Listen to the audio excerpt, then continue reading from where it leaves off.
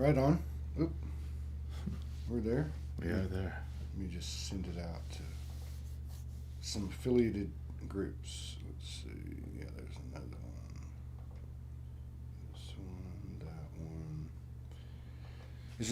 It feels like Saturday morning, but it's Friday morning. It's Blur's Day, Todd. Blur's Day.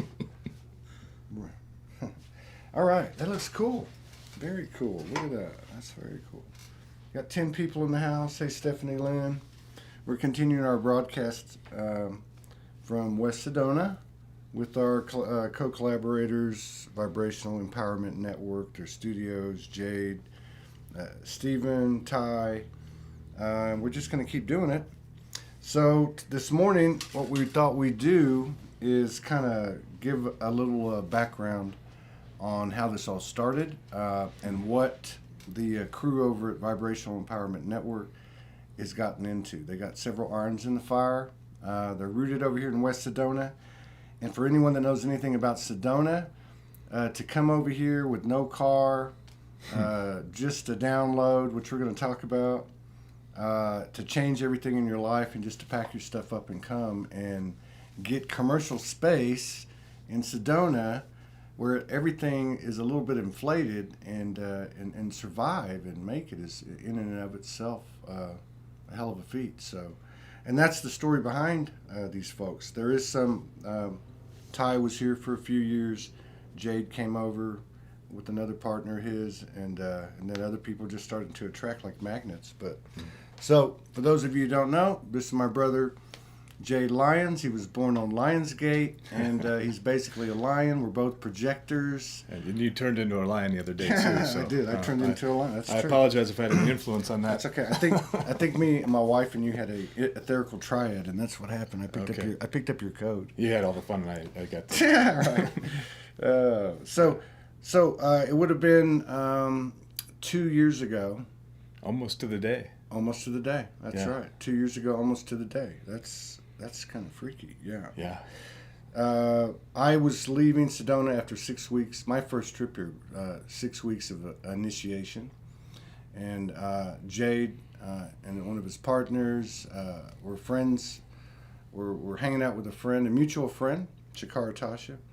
And anyway, they came to a little event we had over at the yoga studio, and then we went over next door here to the Sedona Bar and Grill and just chilled out with a bunch of people. But that was his first night in Sedona and my last night of my first trip, my 6-week trip. Yeah, we actually rolled into Sedona, met up with Shikara right away, and the first thing we went to was that event at Satnam, and that was, so we didn't even see any of the sights, other than when we just drove in.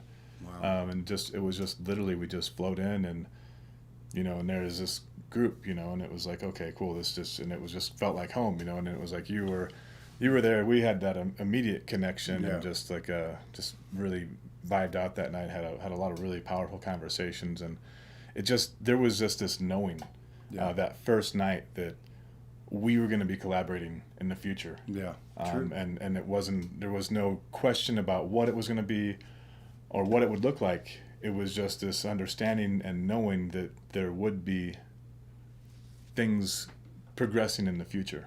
Yeah, that's true. And neither one of us had a pot to piss in. No.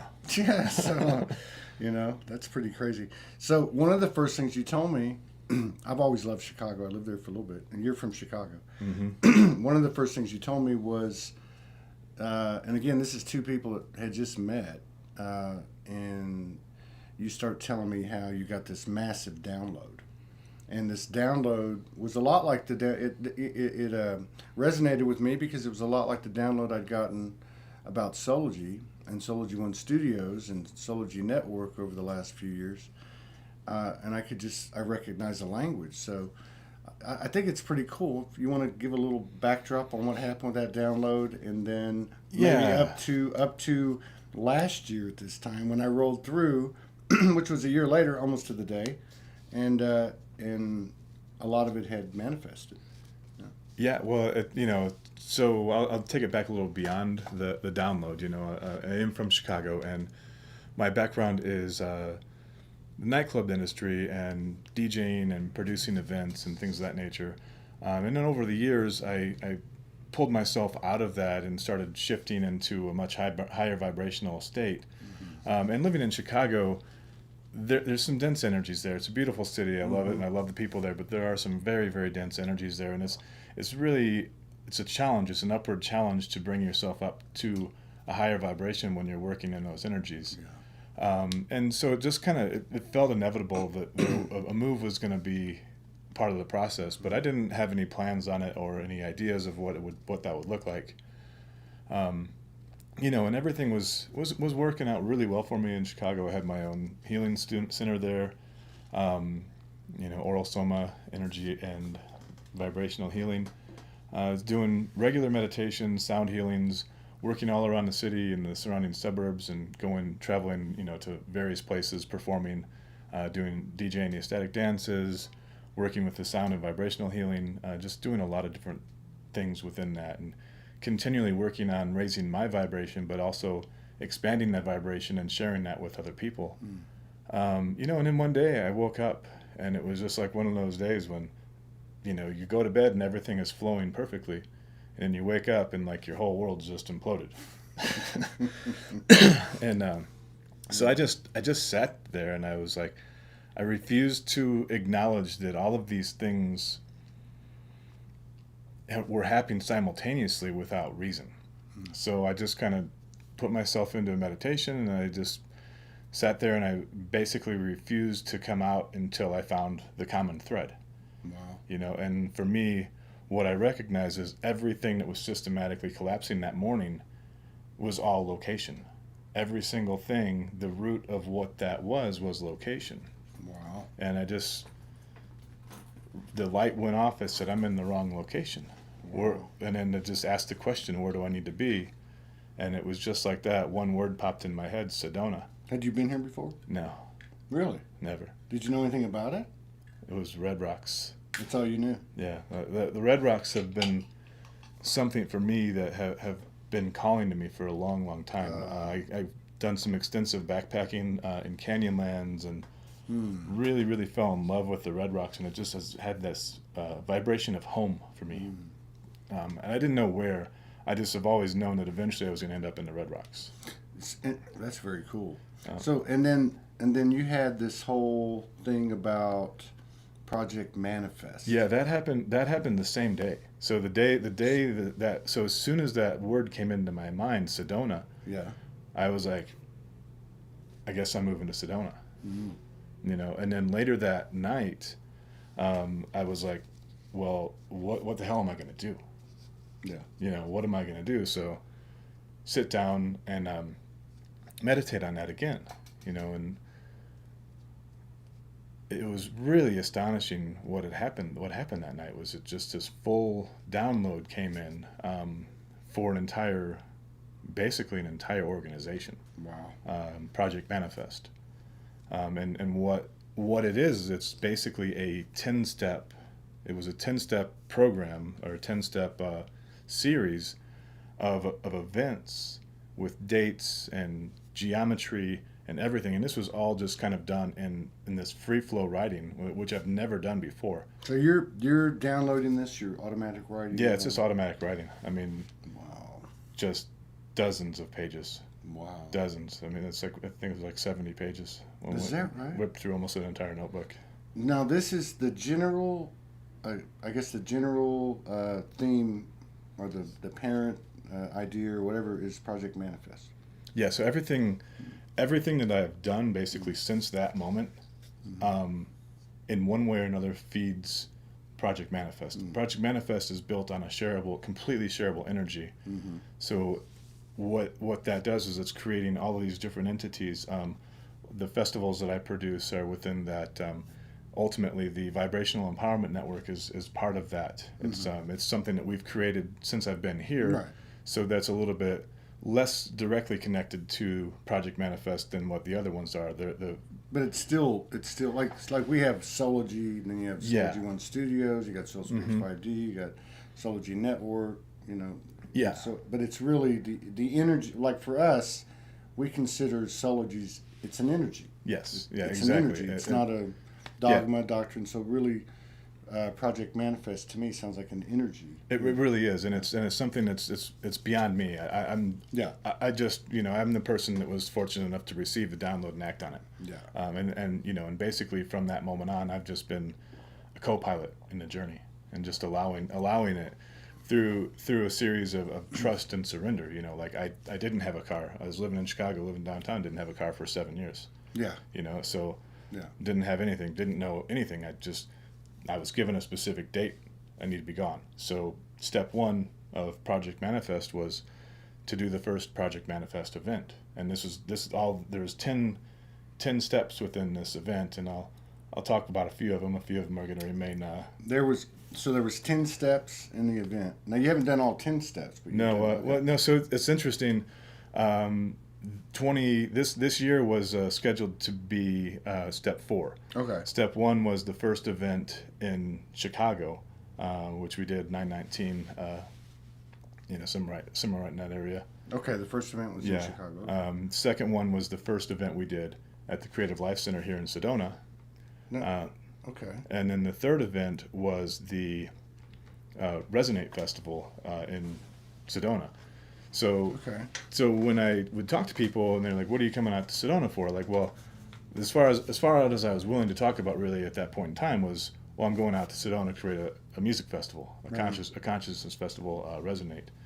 And no idea about the land, what's going on out here, any scene or any community. You have the name Resonate Festival. I've been using Resonate. I've been using Resonate in Chicago for some of my sound healing series. But you knew you were coming over here to put a festival on. Yes. Yeah. And what you accomplished like in a year. Yeah. Right. Yeah. I mean, that's and it wasn't anything forced. I didn't go out. I never went out actively looking for a venue because I knew that would never happen. We had that conversation earlier today about both of us being projectors in human design. So things, have to come with an invitation for me for it to be in flow. And some invitations are more obvious than others. Yeah. If the universe sends them, physical people can send them, but it's just kind of stepping into that space of trust and surrender. Yeah. And it was just, we were doing we had got asked to perform a sound journey. My roommate and business partner, Neil, and we got asked to do a sound healing. Basically the day we got back from a Chicago trip, had done a full road trip, so we had been driving for 26 hours, and we got back around like 1 a.m. and Neil's like, "What are we doing? Are we getting paid for this?" And I'm like, "No, it's volunteer for a bunch of kids." He's just he's kind of like, why do we gotta do it? I'm like, "I don't know. We got to be there. We have to be there." And I show up to this place, Jackpot Ranch, and I'm literally looking at this place, and I'm like, "This is it." My eyes are just, bugged out, and I'm like, "This is the space." And I'm sitting there, and I'm visualizing stages, and I'm visualizing the people, and I'm in the middle of this process, and this girl comes up to me who I've never met before. She just literally looks at me, and she's just like, "This is an amazing space, isn't it?" And I said, "Yeah." She's like, "I've always wanted to do a festival here." I didn't even know her name, and I'm like, "Let's do it." And that's it. Yeah. So so just so everybody understands, this festival. So he gets here 2 years ago. 12 months later, this festival had 200 performers and presenters. I think it had 11 stages, something like that. 7 stages. Yeah, presentation areas and stages. Yeah. Yeah, I mean, this thing was huge. Yeah, had a really, really amazing lineup. So one of the things about my experience in the nightclub industry is like I've got all these major connections within the industry. I know how to book talent. I've been working with that. I'm a DJ, so I stay on top of the music scene. And I have been for my entire life. So so I wrote down basically the day after I met Christy, I went home and I got my whiteboard out. And that was Christy. Christy Grace, yeah. Oh, okay. That was the lady that you ran into. Yeah, okay. Yeah. So she's been an amazing partner within Resonate for me, and she's a brilliant web designer. She's working with the Star Knowledge conference now. We're going to be doing some stuff here in Sedona with the Star Knowledge Conference 11/11.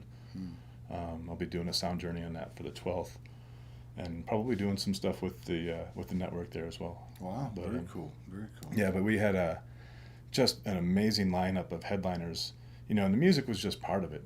It was all about personal empowerment, and that's the overriding message of Project Manifest is really, it's a blueprint, and this is an active blueprint that I am living.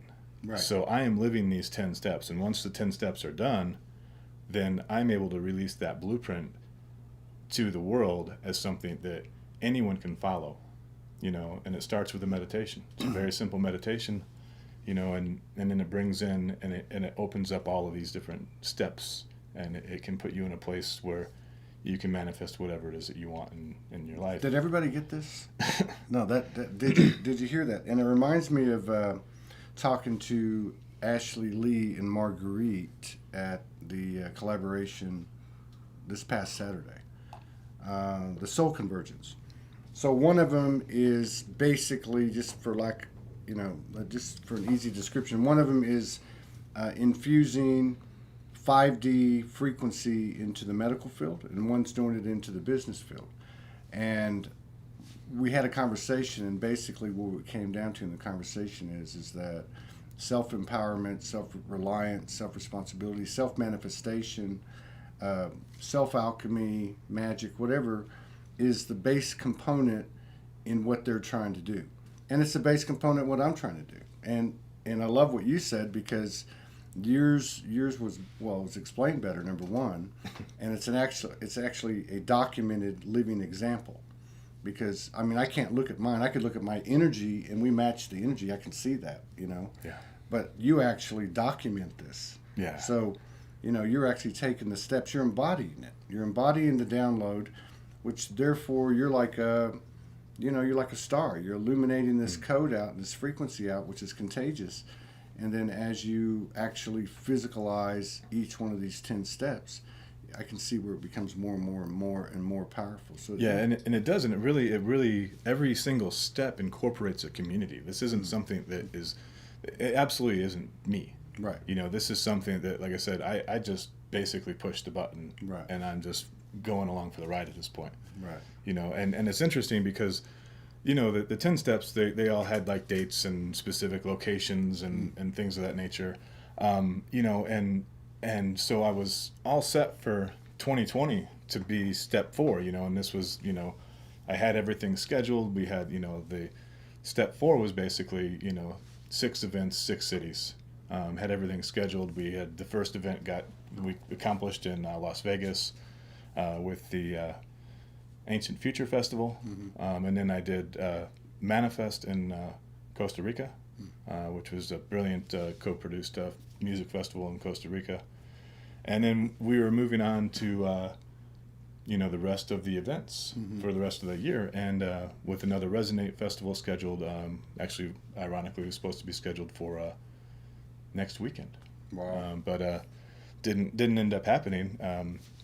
The reality of the lockdown and everything of that nature changed everything. So I've used this time with the lockdown basically to propel from step 4 to step 7. The other step's still going to need to exist, but step 7 was to create this network, and it was all part of it, and it happened organically. Didn't rush it, but with the recognition of everything that I did in my entire life, for the past 10 years has been event-based. Yeah. Performance-based and event-based. So my entire economy just shut down overnight, and so during the lockdown, I spent that time in Chicago, and, we just kind of hunkered down in this little 1-bedroom studio in Chicago and just studied, worked my ass off, 78 hours a week, figuring out how to change this reality. Right. How to shift this into a positive, and figure out how to work with the live streams, work with the physical recording of the sound, because the frequency is so critical with what I do, to be able to put that out at a level to where it's equal to or even superior to being there in person. Yeah. It was important to me. I wasn't just going to go plug up one microphone and hit a gong. It's just not the way I work. I'm a triple fire. Everything I do is big. You know, I don't. I'm a triple fire. But just to give you an example, though, so they've got 4 rooms over here, and there's a room adjacent to this one that actually has like a French door in between, and you can be sitting in that room, and he can hit the gong, or he can hit play of a recording of the gong being hit in the room, and you can't tell the difference. In fact, I think that the digital sound is actually better. Yeah, that was the interesting thing about Saturday's event that we did over at Satnam. Was at the end of the sound journey. I was sitting there. We had everything set up basically for the sound for the live stream, and there was still a good number of people that showed up, and we did the sound journey. And I have my in-ears in, and I'm listening to this thing happen, this creation, this magic happening. And I'm looking out, and everybody that was in the crowd was like, they were still just out. It was like still a deeply profound experience. But I'm just like, wow, they have no idea. The sound.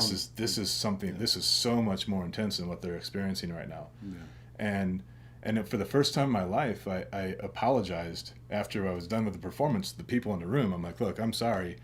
You guys got the short end of the stick on this one, because what the people out there got was way better than what you guys received here. Wow. And then subsequently, a lot of people have gone back and listened to the playback and the recording with the headphones on, and we're just like, well, that didn't even realize it was possible to expand to that level. Yeah, that's powerful, because I know that's one thing I've always wanted to see occur is to merge the local. Like the local, show or whatever it is, and stream it and have it really be one and the same, right? Yeah. Which is kind of where you're headed, and you're right, the sound is a huge part of it. And it's not an easy deal. I mean, I'm not anywhere near well versed in the music and the mixing and all that, but I know just from doing a lot of broadcasts that, it can really damage a show. It really can. I mean, people will just sign off if it's not flowing properly. Yeah. There's Christy. I just see Christy chiming in with the Resonate website. So yeah, we're looking. She's going to be in town in a couple weeks, and we're gonna do some planning and probably do some live events for Resonate as well while she's in town. So, really? Yeah, we'll keep you. Maybe you're going to be here anyway. So I don't know. Morgan's already. She's. It could be. Yeah. It could be. Yeah. It really could. So you've got, of course, Project Manifest is like the energy containing everything. Mm-hmm. Yeah. And then you've got the Resonant Fest or the festivals. But the big thing you got going right now is the Vibrational Empowerment Network. Which is, I believe it's vibrationalempowerment.net. Yes. Is the website. And it's much more than a facilitating URL for streaming or videos. There's much more to it than that, right? Yeah, as with everything within the Project Manifest scope, it's fully shareable. Everything that's being created to this point through me is on this fully shareable energy, and we want to empower everyone that's a part of it. So it's all the way from the people who are helping organize, people who are contributing content, everyone that's involved with it, including the members, has the opportunity to step into their own power in their own space. Yeah. And the motto of the Vibrational Empowerment Network is what empowers you, because that's the root of it. Is we want to find out what empowers you at an individual level, because you have what empowers you is different than what empowers me. We have a lot of parallel lines, and there's a lot of different ways that you and I can alchemize this magic and alchemize this energy in these unique ways by merging together. But in order for those to be pure alchemizations, we have to both be operating at a frequency that is our truth, is our own truth, and that understanding, that awareness. If you're not operating at your highest power, it's not going to be a benefit to me, and it's not going to be a benefit to you. I get, people coming up to me, approaching me all the time. How can I help? What can I do? I don't know. What do you want to do? What you tell me. What makes you happy? Yeah, you tell me. What can you do that is in your highest excitement that would be a benefit to us, but put you in a position to be living the best life that you can be living. Yeah, and I know you know this because of your background, but I'm speaking really. I guess I could say in my background too, but I'm just going to talk about Soulgy like the last 9 years as a point of context. But so I know you've like pulled stuff together because you're just like me. You're a projector. You're a producer. You're a coordinator, and there's in the old world, in the old paradigm, there was a lot of agenda. Mm-hmm. There was a lot of issues about what percentage am I getting, or control, or what's my title, or whatever. What I've noticed this year, and I've gone through this with Soulgy over the years. We've launched this, launched that, blow it up, and one of the things I've learned too, because we've been in the process, as you know, for almost 2 years to launch a network, but I'm being told no. I'm being told wait till it's presented. Don't force anything. Mm-hmm. And I think that's indicative of the what I'm seeing happening here with us, with our co-creators, co-collaborators, be they groups or individuals, but also within Soulgy itself. It seemed like over the last, I want to say probably like the last 3 to 4 months, there's been just an alignment.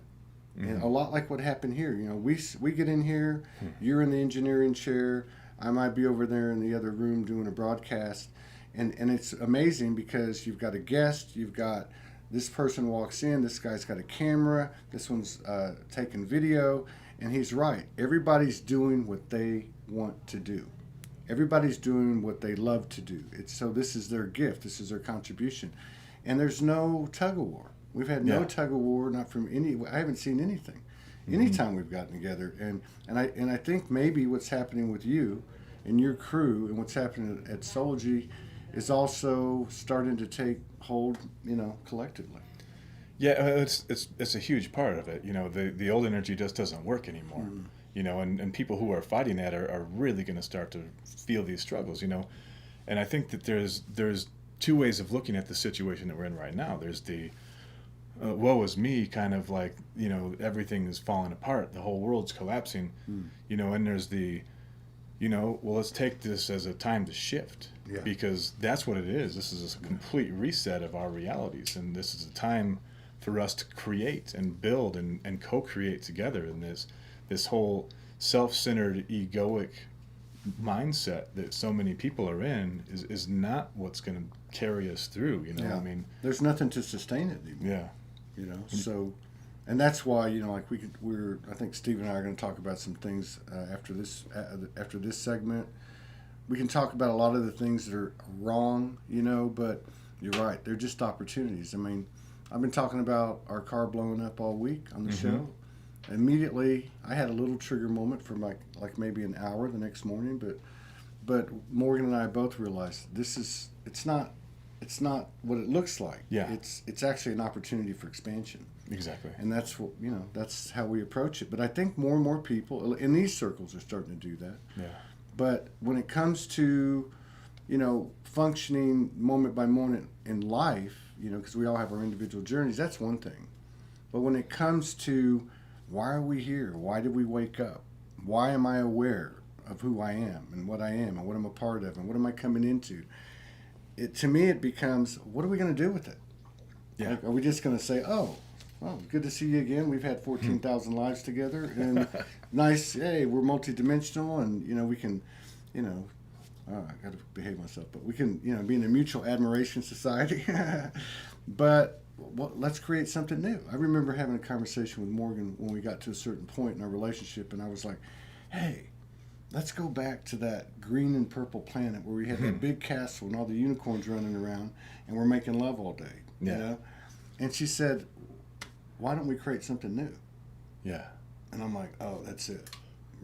That's so funny because this morning I'm on my way in and I'm just like, well, I don't know what the hell we're going to talk about. Obviously there's a lot of stuff that's going on, but there was just this thing that came in, and and for me, like, I came into this body and I've always felt, this. I've always been in leadership roles. I've always been in these, management and producing my own things and doing all this stuff. And then start to work with past lives, and then you recognize, I've been a king in many, many lifetimes. Mm-hmm. And then I realized, I'm a king in this reality. Yeah. We are all kings. This reality is this time where we all get to be our own king. We all get to be our own queens of our own reality. We create our own realities, and therefore you are the king of your own existence, or the queen of your own existence, whichever it may be. Yeah.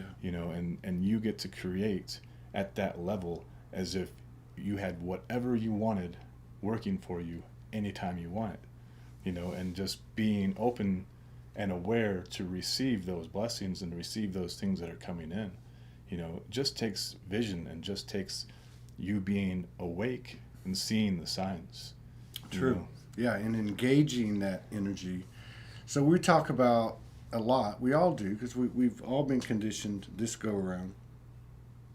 And of course, there's the fear-based programming, which is very, it's everywhere. It's designed to take away your power. Absolutely. It's just taking away that power, and when you take that power away, you're putting someone else in control of your reality, and you are no longer that king. That's right. You're subservient. If you're not in control of your energy, someone's going to be in control of your energy. Absolutely. And I guess what I'm getting at is, like, to me, Project Manifest and all of its variations, Soulgy and its variations, many other Project Manifests around the world, many other Soulgys around the world. We're talking energy. These are words for energy. Mm-hmm.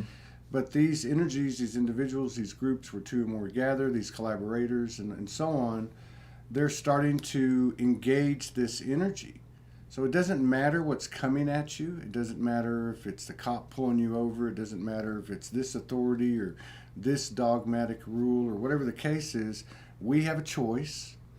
And I like this at this stage of the game after the last 9 years. I love it because I don't have to...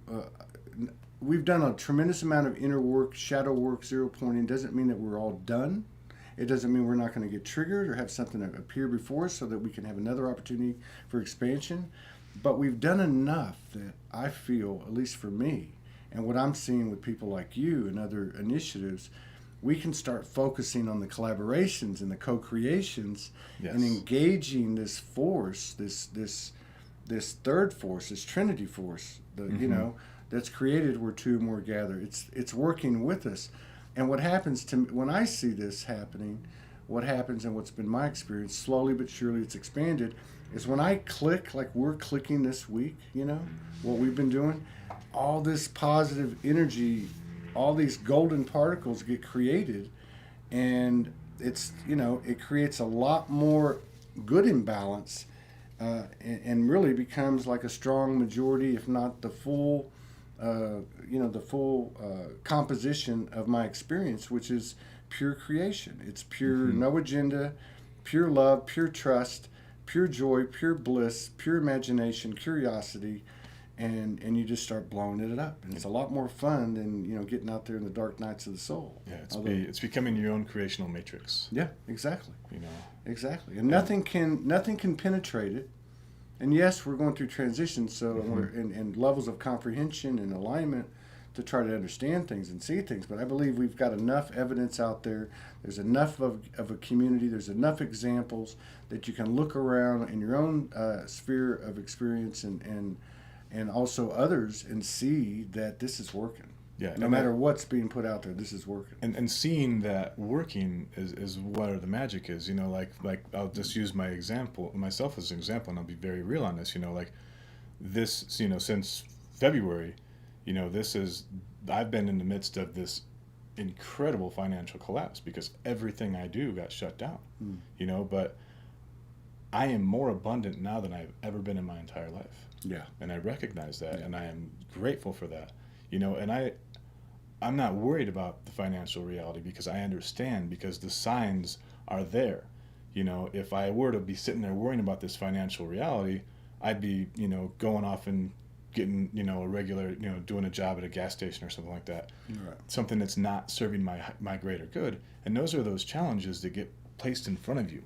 You face these challenges all the time, and it's like, okay, well, I can give up on this and just go do this. Well, what's that serving anyone? It's not serving anyone anything. That's right. And I see, and I'm rewarded, by, a week like this. Last Monday, I'm sitting in the office with Ty. We've had to date.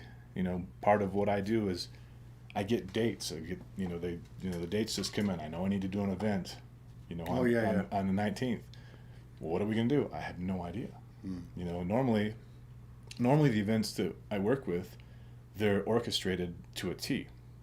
We map them out, working on these things, details for months.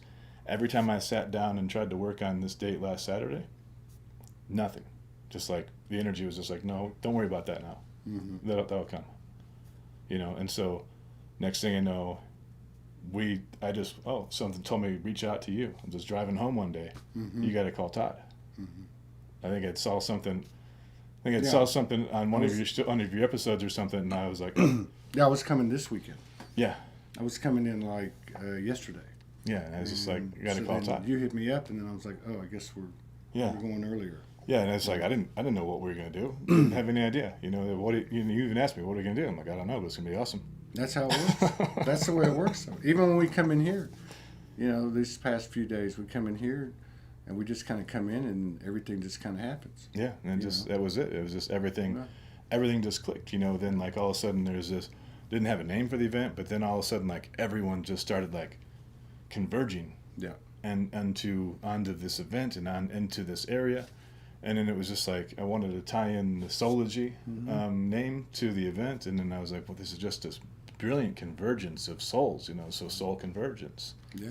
And so that's the energy we're working with this week. And I mean, then the studio here has been amazing. The energy is just off the radar right now, because like just the amount of people who are coming in and flowing in, and there's no schedule. We don't have any schedule at all. It's just like people show up, and it's like. People show up when they come in. Yeah, and it's like, oh, yeah. I think we've actually had 2 or 3 come over that couldn't come on because it just didn't work out. But they're coming back, and so let's like this thing happened on the 19th, which was phenomenal. That 4 hours, that was like a convergence. Like it started out with this little nucleus, and then it got bigger and bigger. Awake TV came in, Sarah Adams came in. Darren came in, Julian. And then we just said, hey, let's have a meetup next door, because all these people were contacting us, and we just like, why don't we just have a meetup? We thought about 10 people would come. Yeah. And next thing you know, we're getting in trouble for not practicing social distance. Well, the funny thing is they put us outside, and that's what I was going to say is that the frequency of that whole night, like there must have been 40, 45 people. It was just like, again, no agenda. It was just, people just, spending time with each other, exchanging code. It was very powerful. Yeah. The manager came up to me afterward. He said, I cannot believe, or the owner told him that she could not believe how level our frequency was out there for so long. Like she couldn't believe there wasn't something that happened. Not that, somebody would get out of hand, but she just said she couldn't believe it. Yeah. And that, to me, kind of, it kind of epitomizes the whole thing. Yeah, and one of the other things that you just kind of briefly touched on was just like, the people meeting and everyone and the new connections and all that stuff. That's one of the main reasons that I do what I do. Yeah. When I produce the festival or an event or whatever, I don't even care if anyone knows who I am. Right. Right. I want people to recognize me for my music. Yeah. I love it. That's my highest power. That's my highest excitement is working with the music. I don't care if people know that this is my event or not. Like I would much rather have someone come up and say, "Oh my God, that DJ set you did was amazing," or that sound journey was amazing. That's where it's at for me. The what I receive from the events is so much greater than that. Yeah. It's I'm able to, at a microcosmic level, look at what's happening, and you see these new connections and these new energies being formed. Yeah. And so 2 people might meet at one of your events.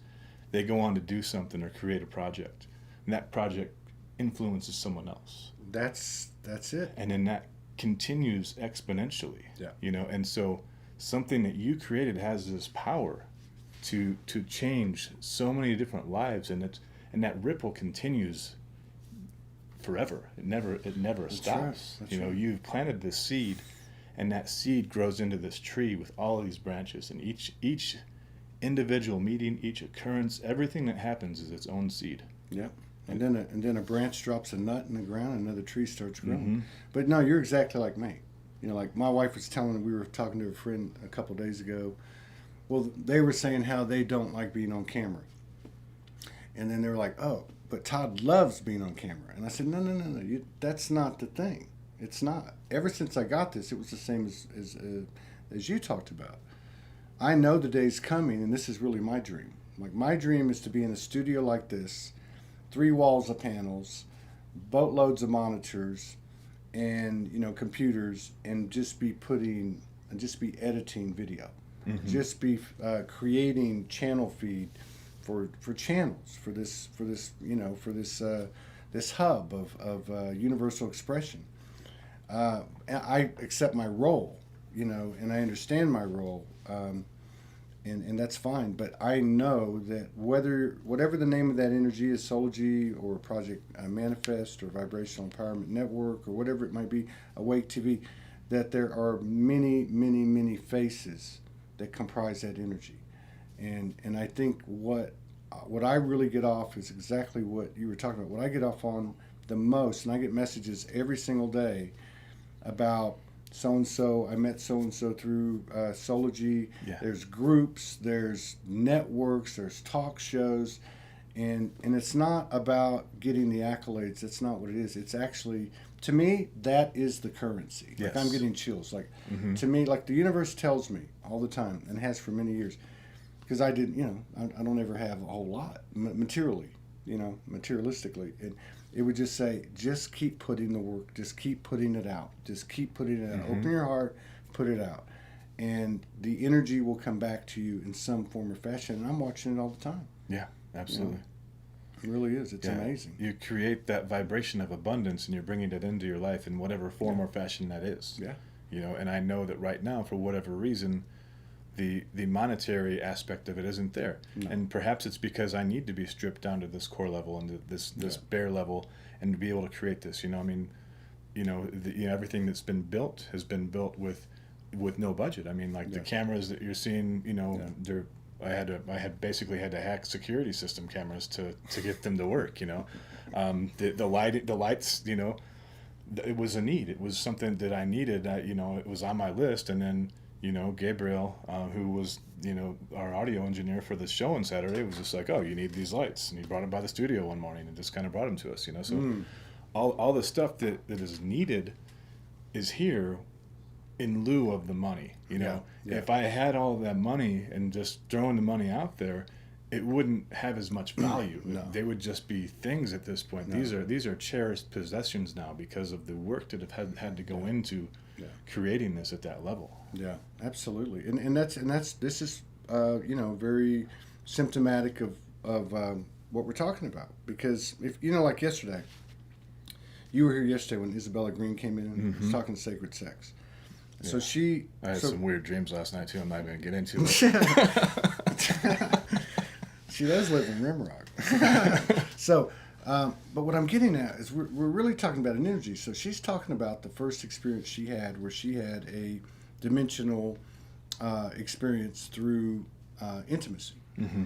So before her and this man start to engage, he says, I'm not going to engage. Essentially what he was telling her, until you open your heart fully. Yes. So at the moment that those two hearts open, things happen, and that's not what I'm getting into. What I'm getting into here is it's the same thing. Yeah. So Gabriel walks in, his heart's open. We talked yesterday for a while. Your heart's open, my heart's open. We recognize each other. Stephen comes in, this person comes in, this person comes in. This creates this vortex of just incredible exponential abundance that we've never seen. It doesn't even work off the math that we've been raised on. It doesn't work off the language we've been raised on. And so I go back to the same thing. You just keep feeding it, because that's how it's going to grow. Because if we're not feeding that, then we've got to feed the old loops and the old paradigms and the old patterns and behaviors. And they don't work. We're coming out of a codependent frequency into this type of thing that I just described, with the open heart connections where two or more gather, whatever you call that. But with that comes a level of abundance we've never seen. It's like it is supernatural, and it's far beyond resources, and it's far beyond money. Yeah, and it's like it's, you know, we say it's this new energy, but it's not. It's really this old energy that we're just now coming back into power with. That's you know, right. like the ancient civilizations knew this. You know, Yeah. you know the same thing with sound and frequency. You know, the ancient civilizations understood the power of vibration, and that's what this is. This is a vibration. This is a frequency of abundance and a frequency and an abundance of love. Yeah. Whether you're single, whether you're with your, you know, your divine counterpart, or whatever you may be, that love comes from within yourself. You know, one of the things that Ty and I talk about all the time is, you know, the front of your field is where you give, the back is where you receive. Yes. We have been brought up in this reality thinking that we have to give to receive, and then you know, you expect, you know, you're giving and you keep on falling on these expectations, you know, and nature doesn't work that way at all. You know, nature doesn't work that way at all. You have to, the tree has to receive the water, it has to receive the light, it has to receive all the things. Yeah. And then after it's nurtured for however long it needs to be nurtured for, then it can give that fruit. That's it in a nutshell. Yeah. Or It a really nut. is. Yeah, no, that really is. No, because if you think about it, if you look at our society, okay, and we don't want to beat a dead horse, but we're being asked to give. Yeah. Give, give, give, give, give, give, or you're not normal, or you're not a team player, or you're not loved, you know, whatever. And that's not the way it works. It's not the way it works. Yeah, You and, know, and in this situation, with everything I'm doing, ultimately I am putting myself first, because what my highest excitement is I want to play music. Yeah. And so And connect because people. of my love of music and that, and feeding that and allowing myself that, I can give my pure essence at that point, because I'm receiving it. Yeah. Whether I'm receiving it through myself or receiving it through others, that's the whole principle of self-love. You have to love yourself first before you can love someone else. That's right. That's right. And that's part of the new math, I think, too, is, you know, it's service to self, service to the collective, service to humanity. Mm-hmm. It's all one and the same thing. Like, you're doing what's best for you, and it's actually creating huge dividends and opportunities and connections and other creative, you know, sparks and seeds and initiatives from you just saying, I want to play music. Yeah, and that's one of the biggest rewards for me. It's like the number of times when someone has been involved with one of the aspects of the projects that's come up to me and like, oh my God, thank you so much. That was a dream come true. I'm like, I didn't do anything. You did it. Yeah. You came up and told me what you wanted to do, and you just did it. And I just provided the platform for you to do that. And so, yeah, and again, this is another example of what this energy looks like. Yeah. So I talked to a lot of practitioners. In the early years when I was interviewing people, it would be like 2016, 2017, the practitioners had a different energy. The experience or the situation of a session had a different energy. It was very much teacher, student, I'm going to heal you kind of thing. Mm-hmm. And now I've noticed over the last year and a half or so, when they come on, a lot of them have talked about how their practices has evolved, how their clientele has changed, and how even their modalities have been detached or modified or remixed, and how every session is never the same. And the one thing that they keep saying is that this just what you just said, which is when they say to them, "Oh, thank you for doing this for me," and they'll say, "No, you did it for yourself." Yes. So they're not taking ownership and disempowering a person and saying, "I'm going to do this for you," because you can't. They're saying, "Hey, here's the door. Here's what I know. Let me share my code with you, and let me kind of walk you through this. Because if I can show this to you and it works for you, then you can do it for yourself.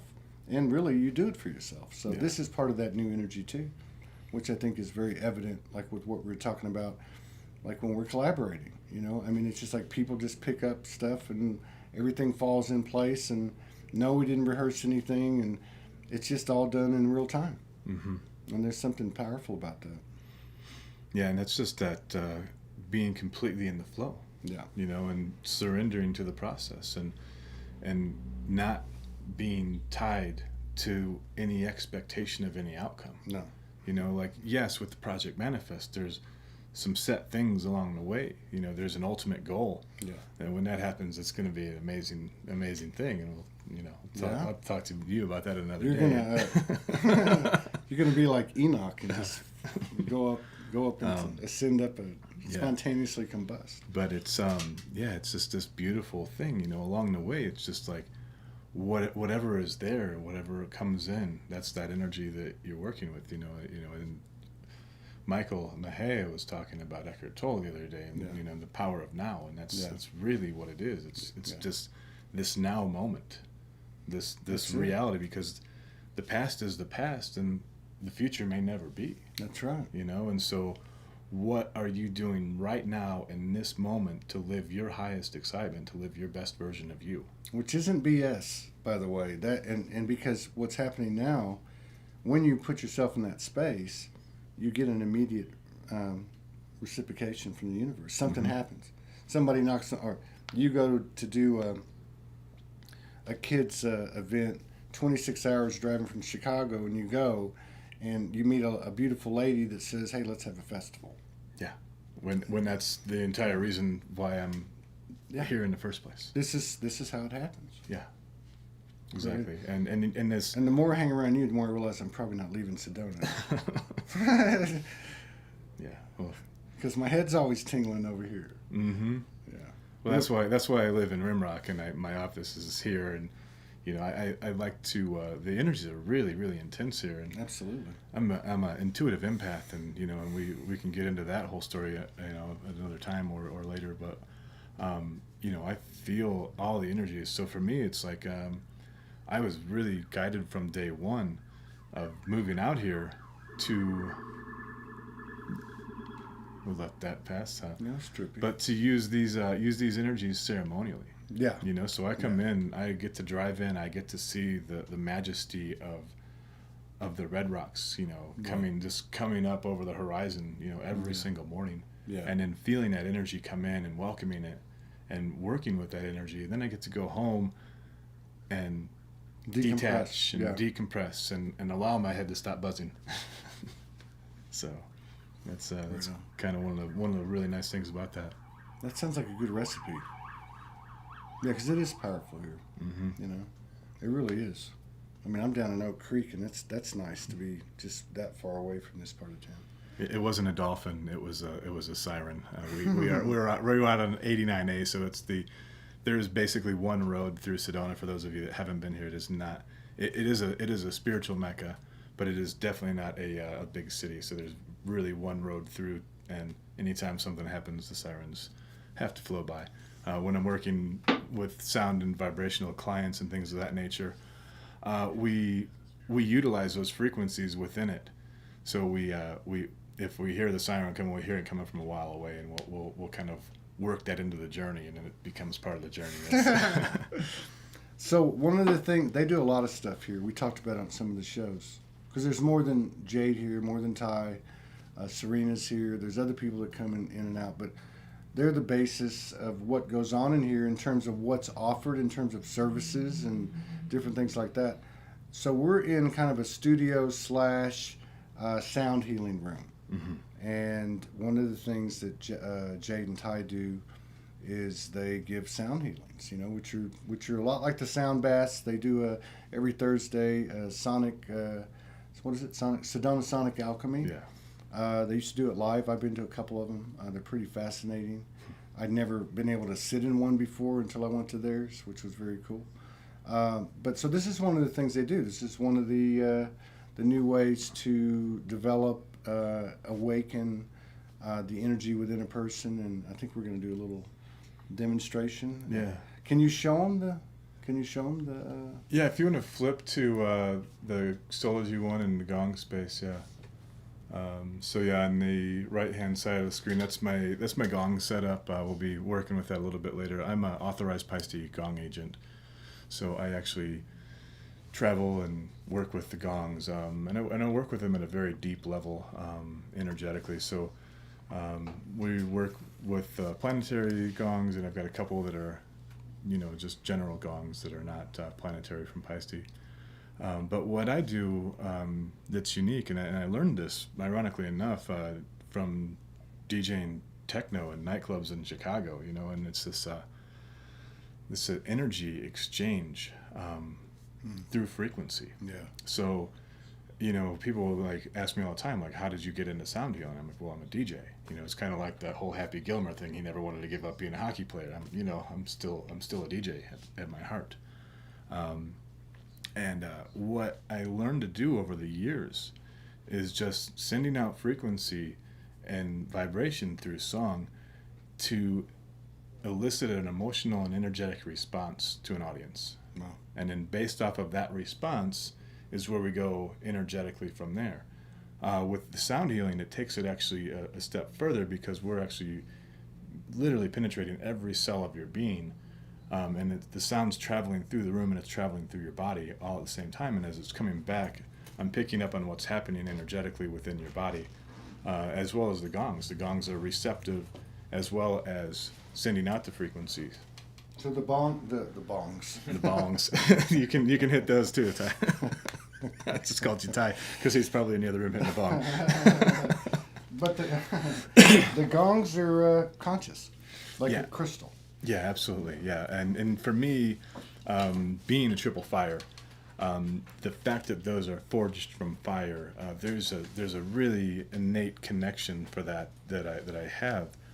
That just really transcends me to some other place, and I've done a lot of medicine ceremonies over the years, and where I go when I'm working musically is very similar to that of a shamanic ceremony, and I just take myself basically out of my body and allow that flow of energy to come through. Wow. And at this point now, it's like, people come into the session, people can come in. I do sessions remotely, so we can do them, from wherever you're at in the world, or I can do them in studio. And with the way the mics are all set up and everything like that, it's we're actually putting headphones on in the rooms now because the sound is so good. So we are even doing it when using the headphones in studio mode when you're in studio. So we could. So you actually do these remotely. Yes. The other person puts the headphones on, Mm-hmm. and you guys do your thing. Yeah, and then we can even do them live and bring in someone else. Like if someone wanted to do a meditation, so we can actually produce out meditations for people. So if you are a healer and you want to do a musical live intuitive concert or performance, we can bring you in via Zoom, and you can guide the meditation. And we would flow along intuitively with what you were doing energetically. That's true. And Ty and I both are, we're both Reiki masters, and we work energetically. So working energetically from a distance is something that we're very in tune with. So you're not just complimenting the practitioner. You're actually consciously intending. Yeah. And opening up. You're basically acting like an energy practitioner, just in a different form. Yeah, and we can work also with not just with your energy field, but we can also work with your astrology. So if there's certain elements of your astrology we want to bring in, if you want to bring in some stuff you're going through with your rising sign or something that's hitting you right now or whatever, we can work with that. We also will have you intuit colors and shapes, and we create those colors and shapes and polarities through sound as well. So we make it a very, very personal experience. It's not just like, you're not just tuning in and I'm going to hit a gong a couple times. Yeah. It's way beyond. No, I know. Way beyond. Plus, if you bring in a practitioner, now that's trippy, because I've collaborated with people much less sophisticated, but they may have a guitar and the vocals, and I'll rap with them. So you've already got the challenge of the streams, but and that's one of the things that we're already working with other people, and I'm just like, I'm still waiting for that the magenta pixie thing to manifest into the reality, because we've been working energetically with her. I've never met her before, but we've been working energetically with her for quite some time already. So there's a lot of things that we're really looking to do, and working with other musicians and healers and other people who have those offerings and those things to work with, is great. And those are all things that we can produce out. We set up a link, we can actually add them to our network. That's one of the things that makes the network such a shareable reality, is that we can take your content and we can add it to the network. If you want to offer it as a free offering, we can do that. There's also ways that we can monetize that for you as well if it's something that you feel that you want to monetize. We'll have Danny Picard in next Monday, and he and I do, he's an alchemical hypnotherapist, and he and I do this magical thing where he comes in the studio and we just intuitively work, you know. We're going to film that on Monday. Yeah, that's going to be Monday. So yeah, so there'll be you know, you guys will have a chance to talk, and then we'll actually do one of those, and then we have like four of those sessions that we're going to have put together, including that one available for purchase as well. So right on. So we're going to do a little dose of that now. Yeah. Somebody asked to do it. Yeah, I'm ready. Yeah, let me take care of a little something real quick. Mm-hmm. And Let's go this way first. Yeah. Cool. Yeah, keep the sound on. Yeah. So that we don't lose them. Okay, let me get this. Let's see what it is. Okay.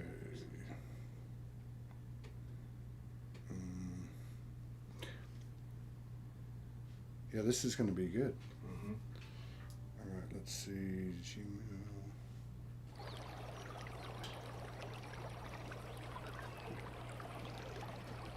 Cool.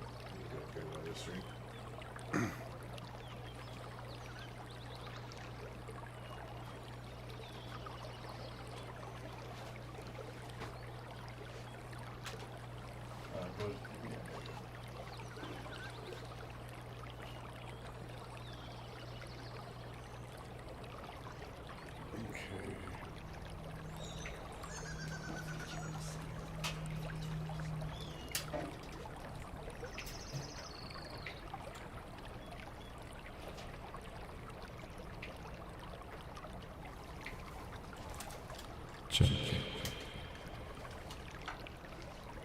And you can shift it over to Yeah. Okay.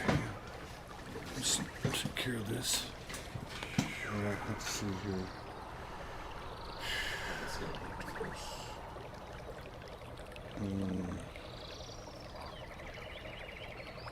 At this point, if you are listening from home, for an optimal experience, headphones would be advised, or some form of stereo speakers. And we're just gonna flow. I have no idea what Todd's gonna do. We didn't even talk about this, so. Yeah, we never talk about it.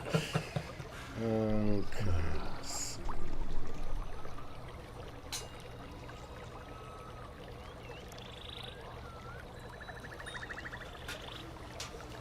You got a camera on him? Yeah. Yeah.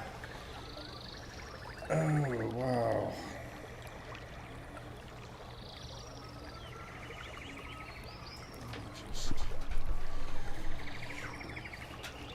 Just take a picture of this. All right, 1 second.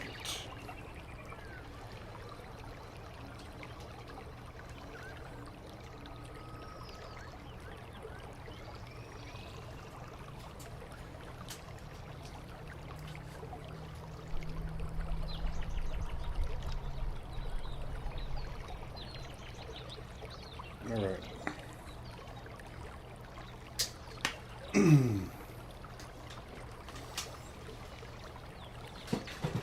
I don't know what I'm gonna do either, but we'll figure it out.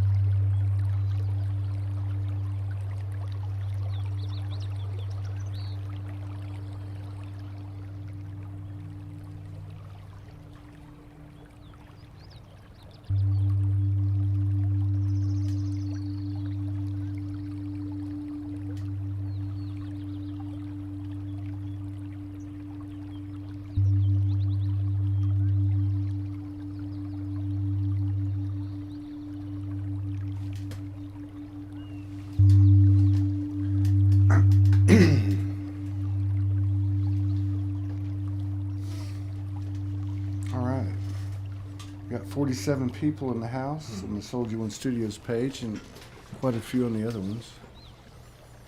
47 is my number. It just keeps coming up roses. All right. Let Jade start it out.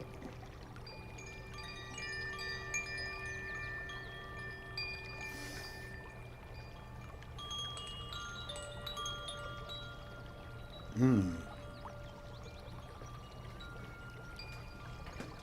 I think the Atlantis gong is telling me it would like to start things off today. Go for it.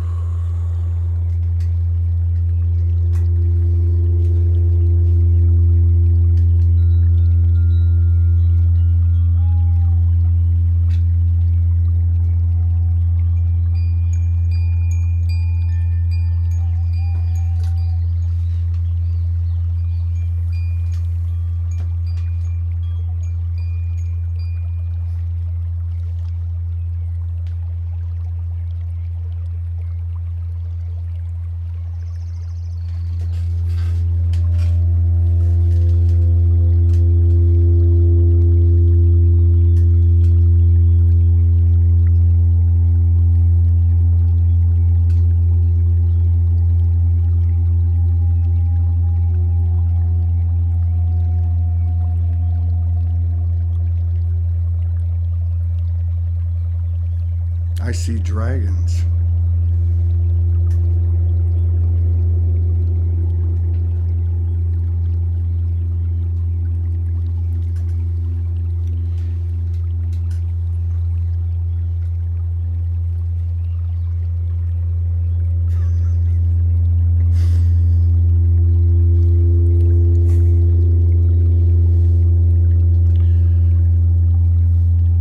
Every now and then, in the journey of the multiverses, in the journey of the soul, there comes a time and a place, an era, an end of an epoch,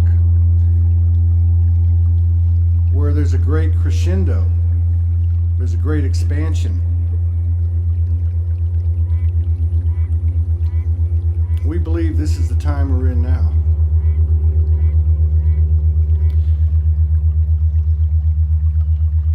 So it's a time of extremities. Each side of the spectrum becoming more enhanced. What we thought was reality, is getting more and more magnified. Things like borders, rules, laws, regulations, copyright, trademark, contracts, do's and don'ts, quarantines and masks,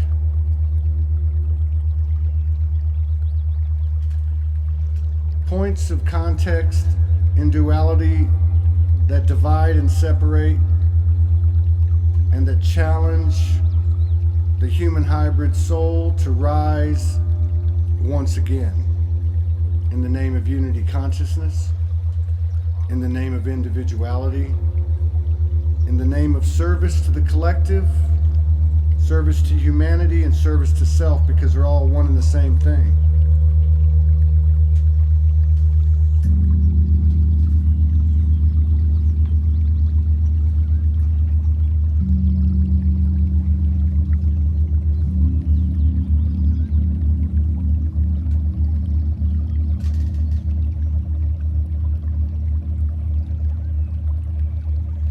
So, we all know that we've been attached at some point to the traumas that we set up in our own life paths. And we've learned to transmute and transform those perceptions, those weaknesses, those handicaps, and we've turned them into gold through the alchemic transformation of illusion into our true natural nature.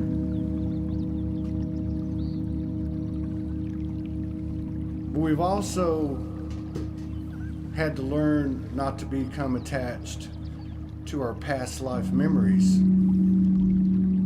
to our abilities to channel and transmit and download, to our apparent abilities to heal and bring alignment, to the essences that speak to us. Being attached to those otherworldly things is no different than being attached to the past traumas.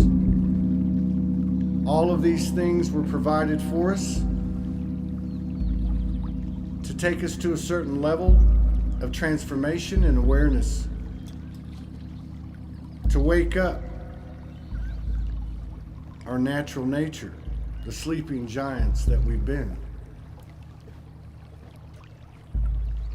So now we're at a point we don't have to ask, why are we here? Why did this happen? Why is this divine essence speaking to me? Why are these galactics visiting me? We don't have to ask ourselves those types of whys anymore. We can ask one other thing. Why have we come this far? Why have all these memories and codes, information and data, why have they all come to the surface? What are we going to do with this awareness? What are we going to do with this expansiveness? What are we going to do with our natural skills and abilities, supernatural that they are? What are we going to create? What are we going to co-create, collaborate? What are we going to manifest? What brings you joy and bliss? Who brings you joy and bliss? We came into this final leg of this cycle with the foundation of the Akashic. Every one of us having full access to it. If we can combine that with all of the experience of the incarnations that we've had here on Earth, in particular this summary life that we're in now, we then create a higher level of truth, a more expanded template, a more expanded original blueprint. We are the new good book. We are the new template. We are the new blueprint. We are the new divine human species, a gift to the universal family.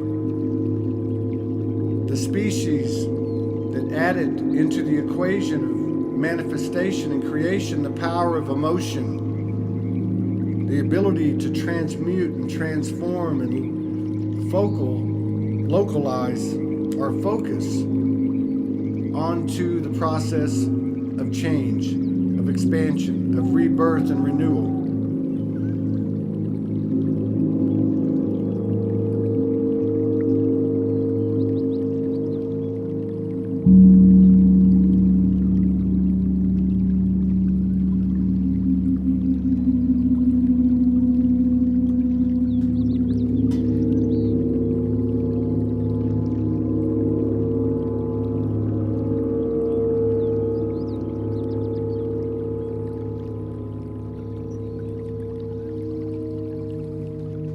We are all valiant souls.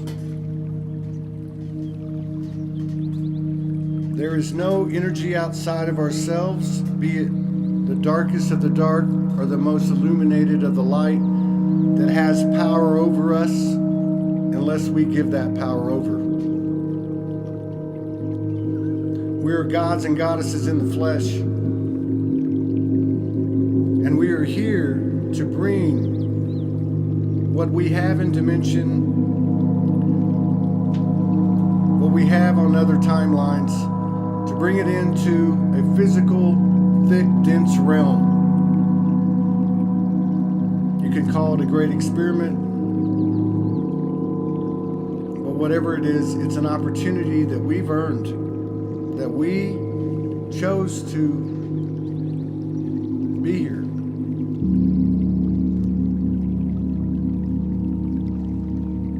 We've come all this way. There's no sense in stopping now. Nothing can hurt us. There is no death. What are we afraid of? Nothing. There's nothing outside of ourselves that has any power over us. In fact, everything outside of ourselves is like a shaman. It's challenging us. It's questioning us. It's trying to fool us. But it's doing it from a divine heart, the same divine heart that we all share. It's pushing us until we take the leap.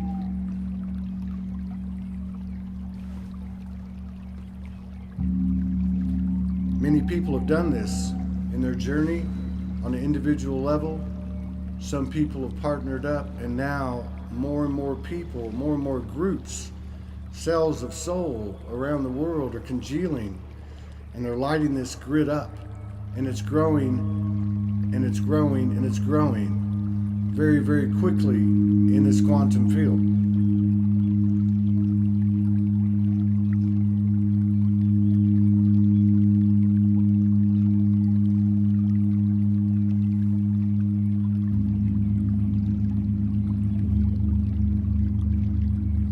Each and every moment offers an opportunity to bring to the center point, the 0 point, whatever polarities are presenting themselves. Do not underestimate the power of one unique and equal soul, especially your own. Because one soul in any realm can alter the entire realm instantaneously. It's not up to any external leader, group, cause, or movement to bring salvation to you or to me. It's not going to happen. It's part of the programming. It's not about politics. It's not about religion. It's not even about ethics and morals or sexual preference or anything cultural. It's not about the color of our skin. It's about code. It's about infinite code. It's about pure love. It's about trust. And ultimately, it's about creation.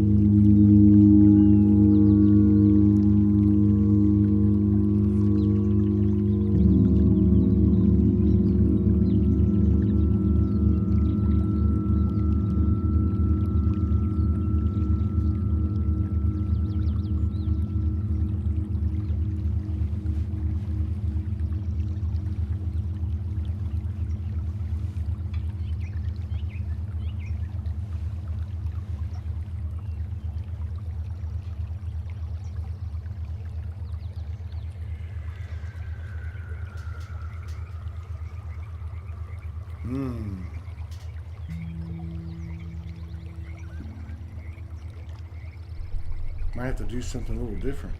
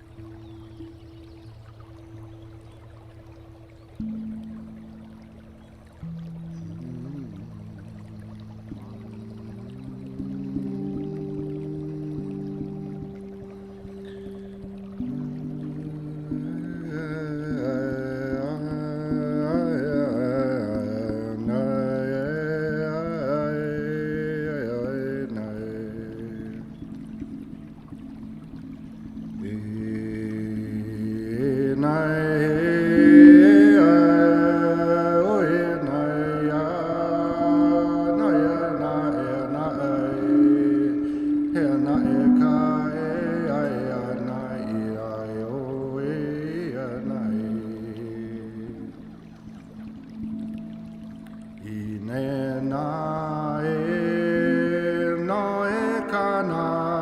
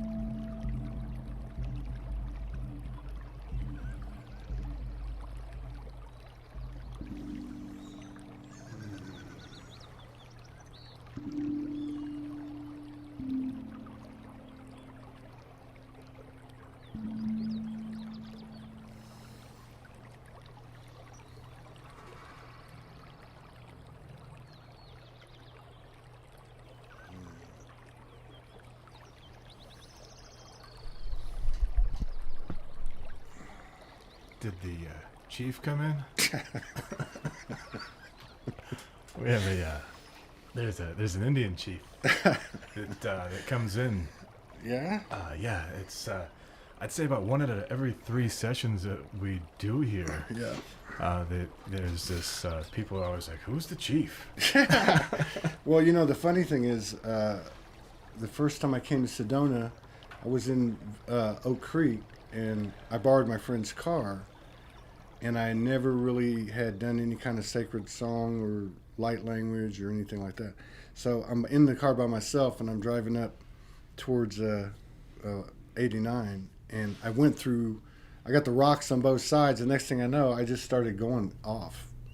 And then a little bit later on, I had this experience while I was here in the first 6 weeks, and I was a chief, and I was on the top of one of these rocks, and I was doing this. I don't know what the hell it was, but it was very incredible. I was actually in Cottonwood when it happened, and yeah. So I don't know. It's come through a few times, and but my whole thing with what just occurred is this is what happens when we all let go of our fears, let go of our agendas, let go of our wounds, our traumas, and our asphyxiations with who I channel and who I was in a past life and what I can do, and we just come together and bring what we have in that moment, and then you see what happens. This was much more than a musical or meditative or sound healing encounter. This was a higher level of healing, a higher level of alignment for myself, and I have to believe that that's contagious in the mirrors that are in my field. So this is what it's all about. This was a physical representation of an energetic occurrence that's happening all over the world, but it only happens when we take the initiative on an individual level to join hands with our brothers and sisters in collaboration and co-creation. And it is more powerful than any quarantine, than any president or prime minister, than any movement, than any religion, than any point of differentiation. It is the unity consciousness. And it may sound corny and cliche, but I can promise you one thing. In this room right now, it is fucking lit in here. Okay, so thank you, my brothers, for this. This was, I believe, the first of many. Yeah. Yeah, it kind of, the seed was kind of lit the other day with Michael and, the magic that you guys did together. That was really just so powerful. And it was such a unique thing because we'd never worked with poetry before. And on Sunday evening, I was at this magical equinox ceremony over at the Chocolate Tree. And my beloved sister, Marga, was doing the music. So I went over to help her out with the sound, myself and Gabriel. And there was this just amazing goddess of I don't even know what to call her. She was just pure light. Gabriella R. Young, I believe is her last name. And she was doing some Rumi channeling, and I was just seeing it come in. And this is the rate in which the manifestations occur. This was Sunday night, and I'm visualizing. I'm like, oh my God, I want to do sound with poetry. And the next day, you walk in with Michael Mahea, and you're like, hey, we're going to do some poetry jam. Are you guys ready to play some music? Well, fuck yeah. Oh, man. So that just kind of was just like this instant manifestation. And that's the abundance that I'm talking about that just flows in. You think it, and it becomes, and it's just like not any hesitation, nothing at all, and Stephen will be able to get into a little bit more of the manifestation too. He's actually a author of the Manifestor's Playbook, so make sure to ask him about that. Right on. But yeah, so it's just when you're working with that energy and that vibration, and you see something, and then you become it. Right on. Right on. You want to come sit down now? Yeah, cool. Oh man, I feel like taking a break, but I don't think I could. That was actually I left for a bit. Yeah, there's always a deeper channeling that happens within that. Yeah, and it's pretty amazing. Yeah, so yeah, I had like the view from that monitor, looking at Jade. I was actually out of the body. Yeah. looking at That's the funniest thing is like sometimes like I'll actually will physically leave my body, and there's sometimes when I'm just physically sitting there watching myself play, and I'm right, like, well, who the hell's playing right now? If I'm sitting here watching that person playing, you know, and it's just this really weird existential thing that happens. So, you know, if you are interested, you know, in a session with me, you can contact me. There's numerous ways of getting through with us.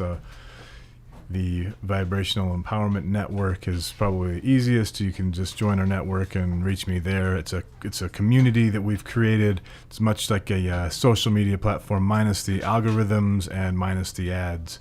And it's all about bringing people into their own power. And through vibration, and not just through vibration, but ultimately it is, I guess, because everything ultimately, when it boils down to it, is vibration. So, you know, I have my Instagram is at the Gong Space, and I'm on Facebook under Jason Jade Lyons, and we have all of these social media things going too. I'll ask Stephen will.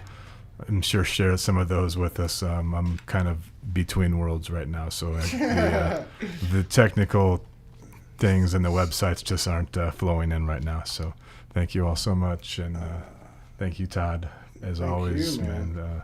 This has been just an epic adventure so far, and I'm looking forward to seeing what unfolds in the next week, man. I mean, have no idea. We got to figure it's going to keep getting better, though. I know that much, man. because this shift is real. I know it is, man. Like, I don't even know how I'm going to function the rest of the weekend. Yeah. All right. All right, man. That's better than, all right, brother. Cool. All right. See who we look. We got Steven in the house, also known as Esteban. We move up a little closer. Awesome. I'm Spanish, so I can actually say that semi-correctly. Esteban. Wait a minute. Are we I'm good? glad you mentioned Spanish, because you mentioned you have a Mexican background, and I love how we all come from such different backgrounds. Right? And it sounds like you were not born into it. You had an awakening. What do you mean? As a Mexican? Because you said you have a Catholic background, and Yeah. we were joking around about that, and how some people are born into this community. Maybe Yeah. their parents are yoga teachers, for example. Hippies, like Yeah, exactly. Gabriel. Gabriel's parents moved here. He was from New York City when he was 14 years old. You know, one was a chiropractor and one was something acupuncturist or something. I can't remember. But I asked him. I said, "You moved to Sedona in 1990. There was one traffic light here. Were your parents That's hippies?" changed. That's changed. But you know what I mean? I mean, like that he was kind of born into it. Not that he hadn't earned his stripes, but yeah, I get what you're saying. So I believe Jade and I, we kind of found this community, you know? So there's something powerful about that. Yeah. How did you find it? It was actually through yoga. I think yoga was my gateway drug into the spiritual world. And fell in love with yoga, the yoga community, the spiritual community, the Om. We're all about the Om here. And I'm very excited and very grateful to be on this video, this podcast, this live stream with Todd Medina. He is the Joe Rogan of the spiritual world. He has all the spiritual guests on, and they go in depth into all different types of topics. Yesterday, if you were on the show, or if you listened to the show, Ms. Green, you guys went into some taboo and some risque topics there yesterday, which was very interesting, and there's room for that too. Multi-dimensional sexual intimacy. Yeah. Sacred sexuality with dragons. No, I'm kidding. Well, I'm not. So you're from Chicago. Yes. Right? Yes. And then you heard the call. You knew Jade and collaborated with him back there. Yes. And then you heard the call and you came down here. And you're just doing it. You just show up every day and do it. Yeah. It takes teamwork to make the dream work. Yeah. It really does. That's a good meme. Somebody steal it. Teamwork to make the dream work. Yeah. So, and I don't know, man. What do you want to talk about? You said you wanted to talk about a couple of things. Yeah, well, number one, the Sedona experience. It seems like you're totally getting a Sedona experience. Yeah. With the vortexes, the energies, Yeah. you're saying it's palpable. You feel it. Absolutely. Yeah. Every time I've come here, I've had, several encounters with Anubis, the Egyptian god of death. And so much so that I carry a brass sculpture of him in my briefcase. Just a lot of different things. It's like a cosmic galactic superhighway. So, ET interactions, dimensional interactions, dark nights of the soul interactions. I remember being in Cottonwood in a little hotel that looks like the Bates Hotel from Psycho. Okay, a little creepy. Okay. Yeah, a little bit. And time stopped. I went to go pay for one day because that's all I could do is pay one day at a time. And my credit card went out. All the money was cleared out of my account. They took the money out of my account, yet I couldn't get credit at the hotel. I walked outside. There was a bolt of lightning and a blue sky. It was like time stopped. And I was told, don't worry. And I went back and everything was okay. And I went out that night and I walked out onto the ridge and I was about 350 feet tall. My head was in the stars, and I mean, these are the kind of experiences you have. That's a Sedona experience for sure. Yeah. For sure. A lot of interesting things about time here. A lot of time loops, a lot of time diversions. Yeah. I was here for 4 hours. Next thing you know, it was only an hour. That kind of story. That's what I mean. Yeah. Yeah. It's like there's like these anomalies occur. That's a good word for Sedona. And Blur's Day is another word I learned here in Sedona. What day is it? It's Blur's Day. That's from his dictionary. Yeah. Every day's Blur's Day. Right? And but time. in a great way, in a very mystical, great way. Yeah, absolutely. Yeah, absolutely. So there's a mix here, like I've been out on the land a few times since I've been, when I've come here, not so much this time, but I did go out yesterday. I went to the stupa, and the first time I went to the stupa, this interdimensional shaman came running down the mountain, and I had this whole experience with him. And a physical being that wasn't a human being, that was like the first trip I had here. But so what I was getting at is there's these elements of like, let's just say galactic. There's like Far Eastern. There's obviously indigenous. There's inner Earth. There's elemental nature beings. To me, there's almost like an off-planet superhighway portal here, a vortex of energies. Definitely. Which keep you on your toes. Definitely. Which doesn't take any bullshit. If you've got something that you're kind of tiptoeing around in your own opportunity for personal growth, it's gonna get in your face. It's a very interesting combination. And then there's also an aspect of, let's just call it, which doesn't, I hate to even bring it up, but let's call it like the military-industrial complex or the 1% or, the Illuminati or whatever. Yeah, that's here too. That's here too. It's all everywhere. Yeah, and so, and there's a lot of history here, and there's a lot of convergence of timelines. I remember going to Airport Rock one of the times I came here and being told, get out of the car, and then go to this spot. And I went to this spot and I looked into the earth and I could see underneath it. And I could see where these children were tortured and sacrificed and molested, and this whole, ritualistic, ugliness. It seems like that's actually come out into the mainstream news. There's a disclosure with what you're just talking about. Yeah. So that's pretty wild.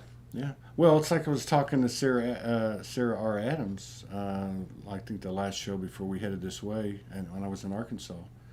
And I said, where do you think humanity is? And she said, I think humanity is at the plant medicine stage, like the first time you take ayahuasca, and all your darkness comes up.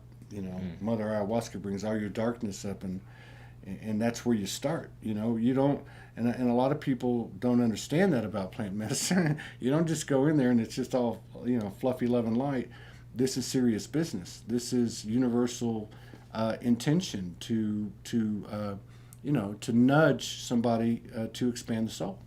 So I think that's kind of where we're at right now. I agree with her. I think we're at a place where all that needs to be revealed has to be revealed. It has to be revealed so that we can acknowledge it exists, so that we can then create unity with it no matter what it is. Because you cannot divorce yourself from any aspect of the universe, period, end of story. You can't separate yourself from God, Well, thank goodness you're here talking about topics like this here and on your channels and things like that, because it's not out there in the mainstream, and the younger generation, they really need some guidance, some validation, and someone to say that, hey, you're not crazy. We have these thoughts too, type of thing. That's true. Yeah, we've talked about this on the show. There's a lot of the people that contribute to this energy we call Sology, which can be called vibrational empowerment network, can be called Holy Spirit, can be called a lot of things. But in this time, a lot of the people that come on this show have been put in a psych ward. I think all of them have been called crazy. Some have been incarcerated. You're not crazy. Yeah, that's right. Well, I always say this is where all the crazy people hang out, and crazy isn't crazy anymore. And a lot of people that tune in can attest to this, because now that things are getting kind of chaotic in the world, many of the people that called us crazy are now reaching out and going, hey, what's up?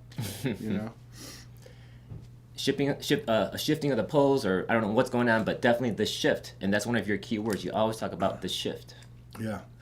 Yeah, it's funny because I got, I'm like everybody. I have, things I have to work on, things that trigger me. One of the things that triggered me last year was several prominent people. And let me just say this first, and I just hope everybody understands where I'm coming from. I question everything. I think 50% of the light worker groups, channels, platforms are psyops. But I don't hold that against anything or anyone. I just watch everything very closely because I know it's there for me to absorb the information, so then I can discern my path. But last year, for instance, a lot of people talking about the big event, where the universe is going to come in and wink its eye at us, and and we're all going to wake up and go, hey, man, we were asleep. Or the financial reset. People talking about Nasara and Jassara and bullshitata, because that's really what it is. It's just a bunch of bullshit. There's been a lot of talk about that, but I haven't seen anything outwardly yet. It's like a carrot on a stick, And I guess where I'm going with this is that you talk about the shift. The shift is, this is the macro is the micro, the micro is the macro. The externalization, looking for love, looking for blame, looking for opponents, looking for nirvana. It's inside of us, and I know that sounds cliche and new age-ish, but it's the truth. And I really openly admit that I've worked on this a lot, but I have I still have work to do when it comes to aligning and zero pointing people that go out there and prophesize the events coming. It baffles me how they can predict it's going to happen in April and it doesn't happen, and they move it to October and it doesn't happen, and then here we are a year later, and yet they're still out there banging the drum and people blindly following them. And I'm probably getting a little radical this morning, but what I'm trying to say is that you ask about the word the shift. We are the shift, and the shift happens. It's predicated on me. I can change this entire realm myself.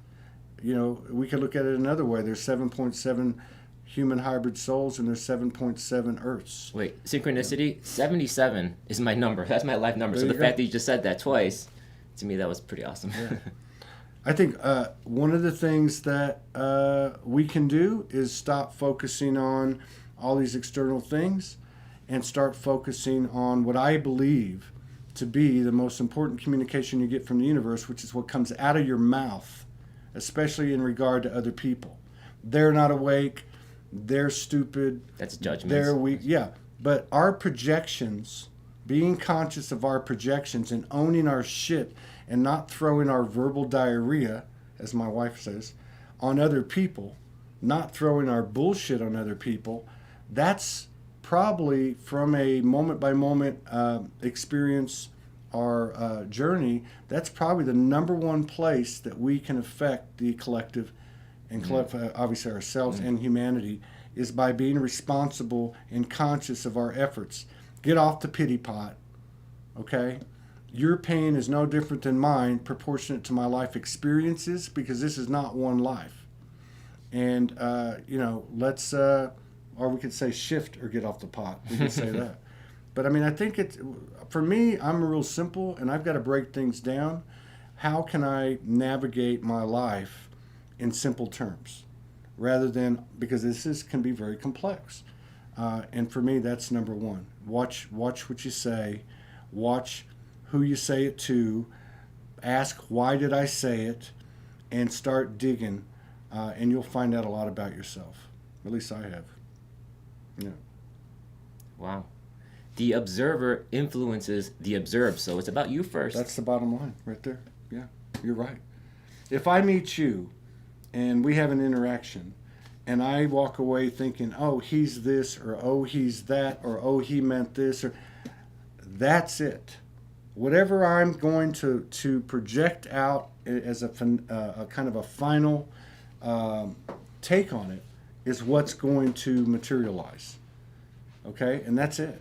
So if I have a problem with my mother or my brother or my father or whatever the case is, and I allow this loop to keep playing, which is a loop of divisiveness, which is a loop of separation, which is a loop of blame and shame and anger and guilt, then that's what's going to exist in the field. And look, we either came here to perpetuate what's been going on for a couple 2,000, 6,000, 10,000 years, or we came to transform this in this very dense environment, which is an incredible feat. And I believe that's why we came. And I believe, and I've seen quite a bit of validation from this, from people that come on the show, that the entire universe is got us, kind of assisted us to a certain point. And now we're kind of on our own. I feel like we get lots of help. We get lots of help, but the training wheels are off. Okay. And they're looking at us, because you got to remember, what do the ETs call us? They are those who don't know their gods. Okay? So deep. we take this God power, we start utilizing it by engaging this instead of re-engaging this codependent frequency 3D paradigm. Our universal family is on the edge of their seat looking at us in amazement. They can't believe how fast we've come, and they don't have any idea how far we're going to take it. And that's what I picked up on, and I've seen quite a few people, credible people, come on the show and say that one way or the other.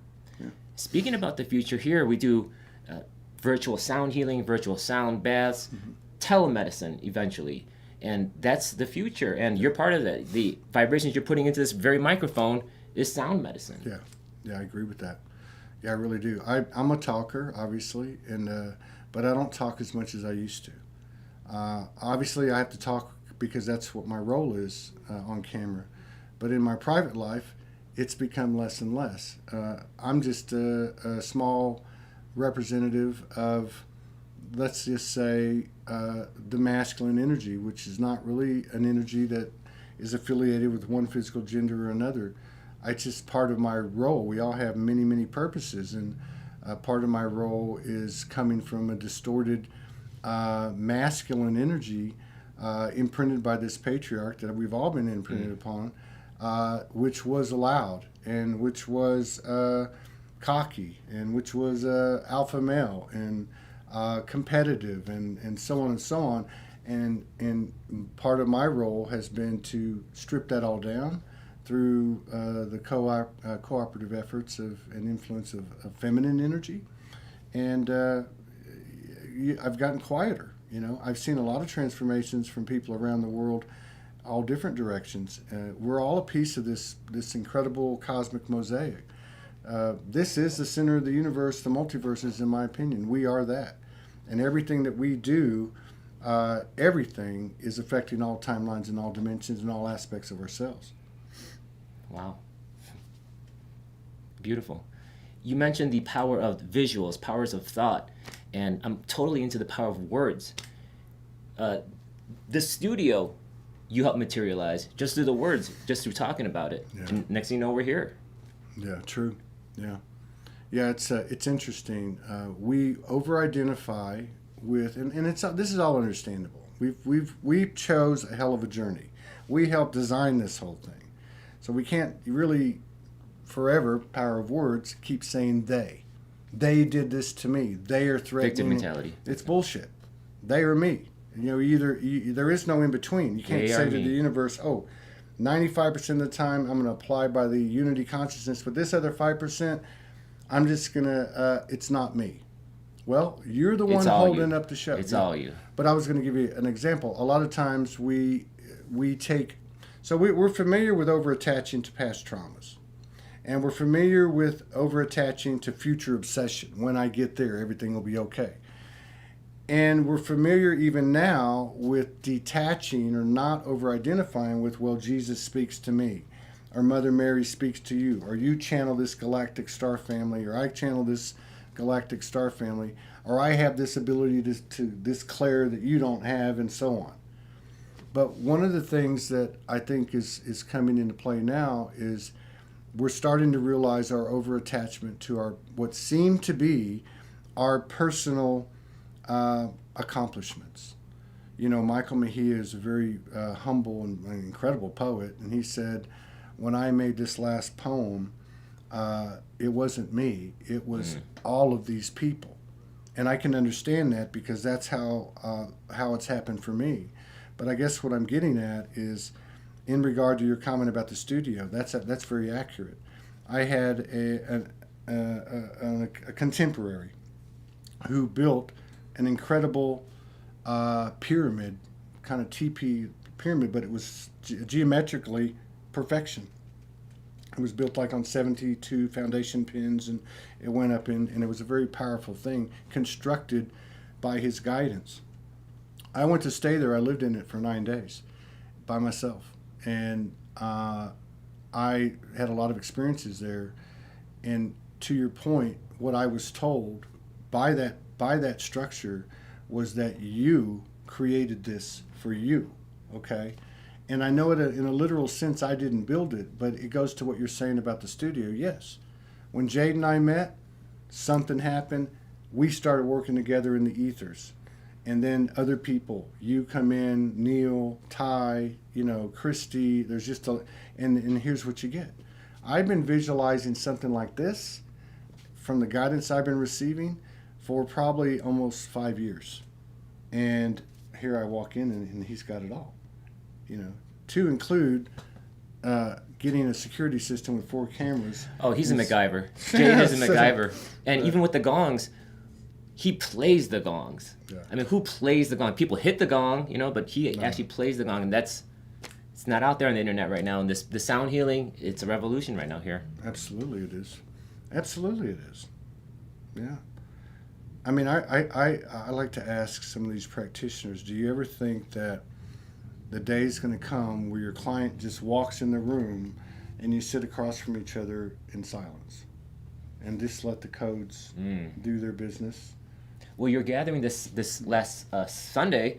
There was a lot of that going on. A lot of high vibe people. A lot of just telepathy. A lot of just code exchange. Just no words exchanged. Very powerful. Yeah.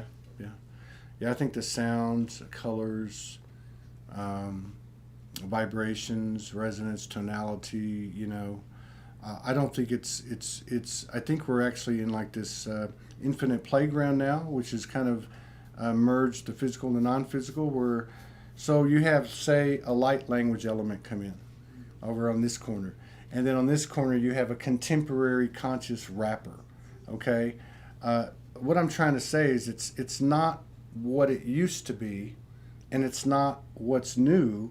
It's a mixture of both. Everything we're doing, we're remixing something from the past. We're taking a piece of the Akashic, you're remixing it, and now you're creating an expanded version of it. So it's kind of like you take Jesus, you take Buddha, you put them into a mixing bowl, you pipe in a native flute, and then out comes this higher expression that contains and embodies all of what it's comprised of, but it also creates a new vibration because it's added frequencies to existing frequencies that have never been added before. Like the event you talked about earlier, the ancient future. You're combining these ancient technologies with these future technologies, and wow, what an amalgamation of healing. Right on. Yeah. And I think too that when we can start to look at the things that are being revealed, the things that we talked about at the top of the show, when we start to look at those things as we look at other things that have presented themselves to us that have come to us to serve the purpose of awakening code within us. Okay? That's what a past life memory is for. That's what a download or a transmission's for. That's what a communion with the divine essence is, or a visitation from a galactic star family member. It's there to awaken something in you. It's not there to get stuck on. Okay? This is whatever your experience is part of you. We're in this space to take whatever comes and mix it in the bowl, add our experience and our intention and our reverence for the infinite, and then push it out, birth it out in what some might call an artistic expression, a divine expression. These things that are coming up to be revealed, think about it. It's a parallel. It's the same thing that's happened with each one of us, and it's continuing to happen, which is all your shift and all my shift that I haven't dealt with.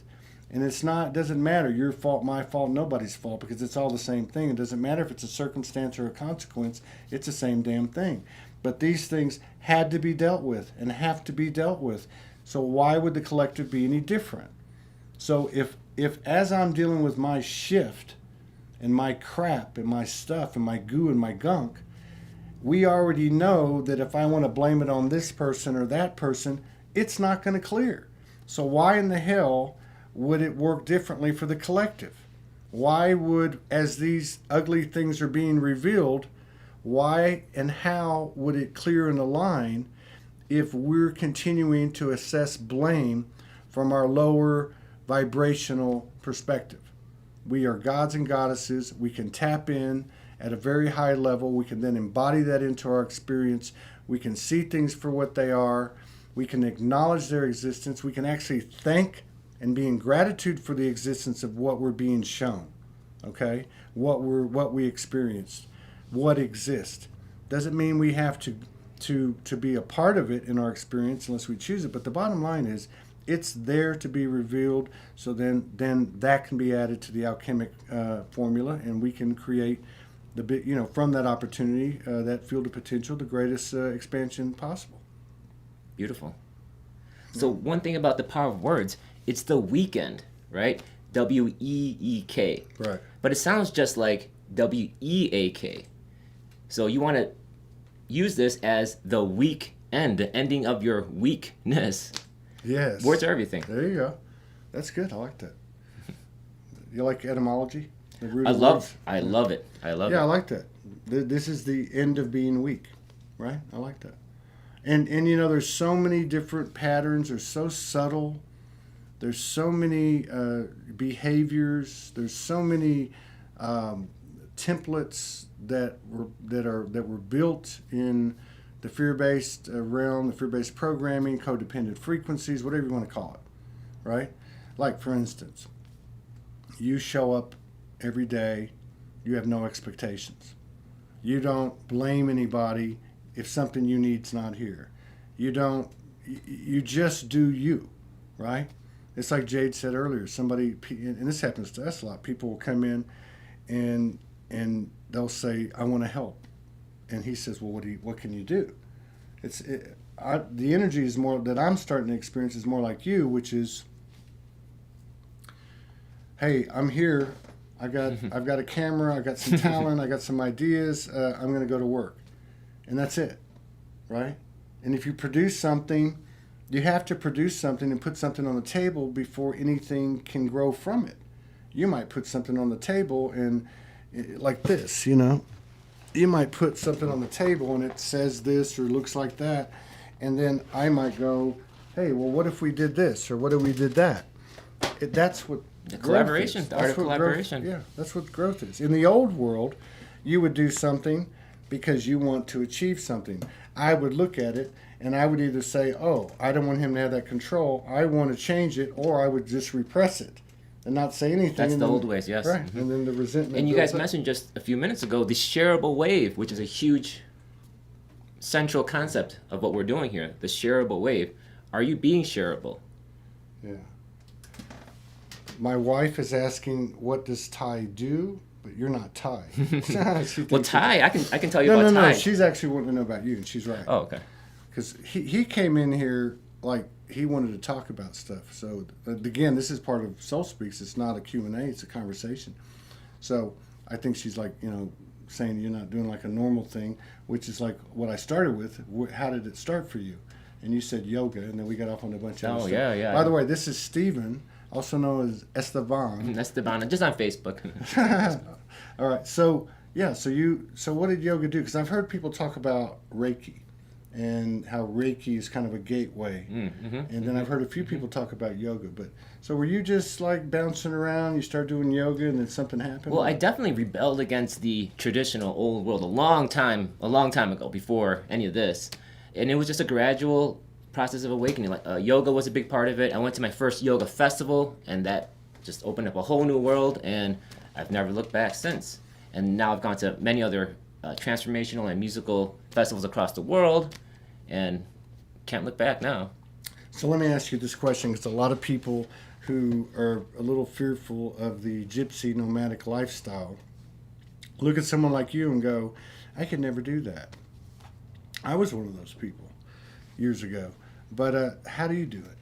How do you navigate the physical realm when you're outside the matrix? Well, first of all, most people are so materialistic. Like, people need so much stuff, and they need their own room, a living room, and a bathroom, a kitchen. I mean, do you really need all that? I mean, you can really simplify your life down.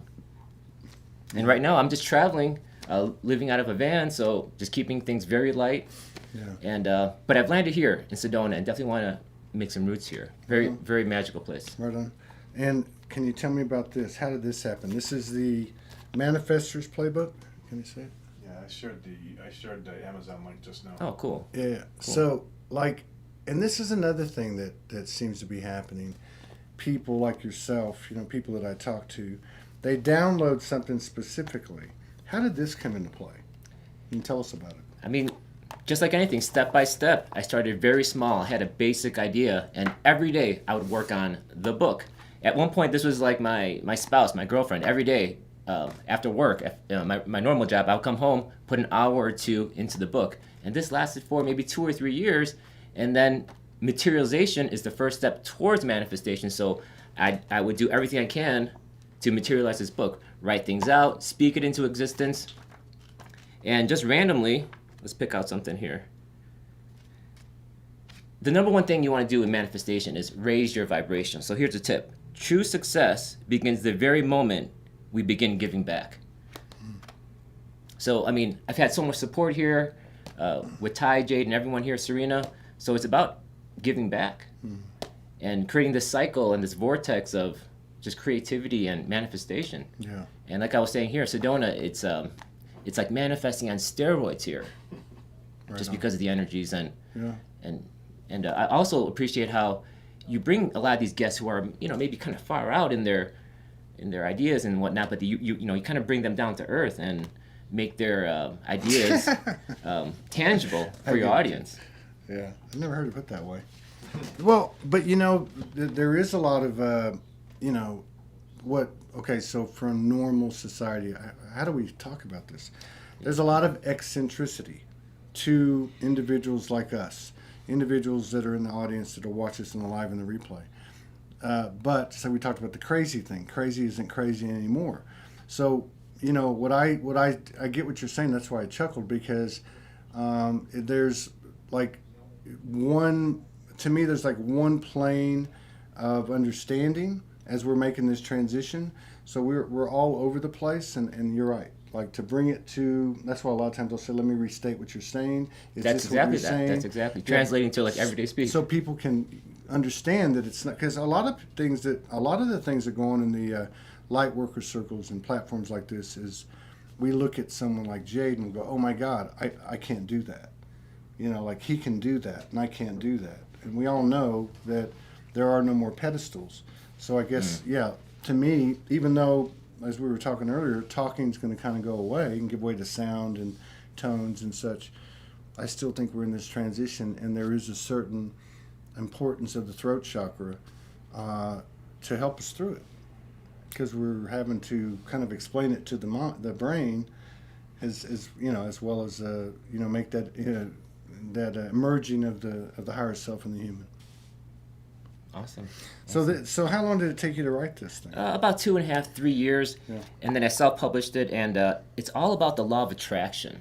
It's all about the law of attraction. I don't know if we mentioned the law of attraction, but that's how this is all possible. Law of attraction, vibration. Yeah.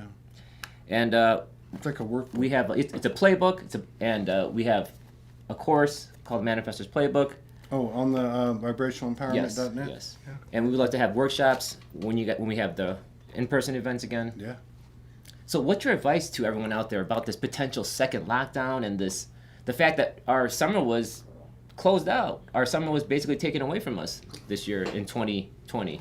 What's my advice? Yeah, what's your advice to about a second lockdown? I mean, potentially there's a second lockdown and about what's coming next. There's a lot of anxiety about what's coming next. I could say something, but it's too early today. I was going to say something that starts with an F, but no, I won't do that. That's a good question. I don't know. To me, everything external is a distraction. I think we're getting to a space now, and Jade really explained this very well a while ago. So we're in this space now, and we have all this awareness and data and code, enough. It's not saying it's all been opened up to us, but enough has, right? That we can start to focus on what we are, which is gods and goddesses, creators. Creating new things, not living co-creations. Yeah, so if you're doing that, there's nothing outside your field that can penetrate your aura, your experience. When you say field, what does that mean to people? That means, they talk about, for instance, like we're not just what we look like. We're a field. We go higher, we go lower, we go forward, we go back. Is that the Merkaba you're talking about? It could be the Merkaba or just our field of consciousness or experience or whatever you want to call it. So, for instance, let's say that on the other side of my field is the quarantine, the second quarantine. Or on the other side of my field is, is some nefarious archon trying to get to me.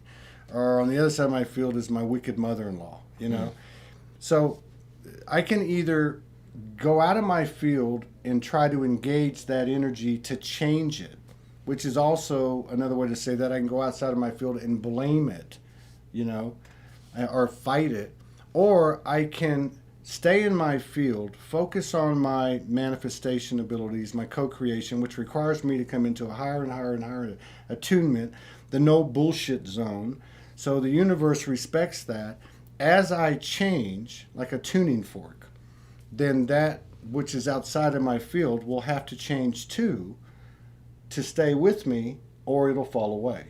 Okay, so I think anything, whether you want to talk about mask, quarantine, COVID, Trump, Q, Clinton, Democrats, BLM, a lot of that's distractions. It's all distraction. Even look, I'm in a very, very unique divine relationship, and we have to do the same thing. She's an individual with her field. I'm an individual with my field. Spiritual partnerships, yes. Yeah, but these are two separate fields. Now we create another one together, so it's the same thing. An individual contends with those exterior elements. The couple contends with those exterior elements. But sometimes, in the case of the individual, this individual, which is part of this couple, I'm over here outside of her field. So it's the same thing. If she elevates and I don't, I'll fall away. That can't be good, yeah. Yeah, well, it's just the way it is. But so I think what Jade was saying earlier, we start focusing on like what you do every day. You come in here every day, you get to work, you're making stuff happen.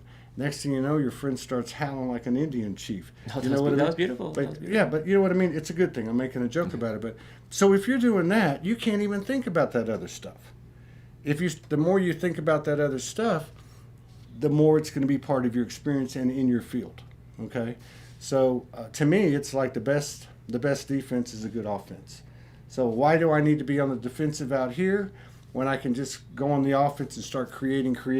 Because the more light that I blast, the bigger my field gets, and then I start to alter those things. When you blast that light, sometimes darkness disappears when you blast that light. Absolutely, it falls away, or it integrates with you. You know, I remember going to Georgia in 2018. I thought we were going to set some roots. I rented a basement of a house. It had not been touched. There were rats. There were mosquitoes. There were dark entities. There had been some bad stuff happening.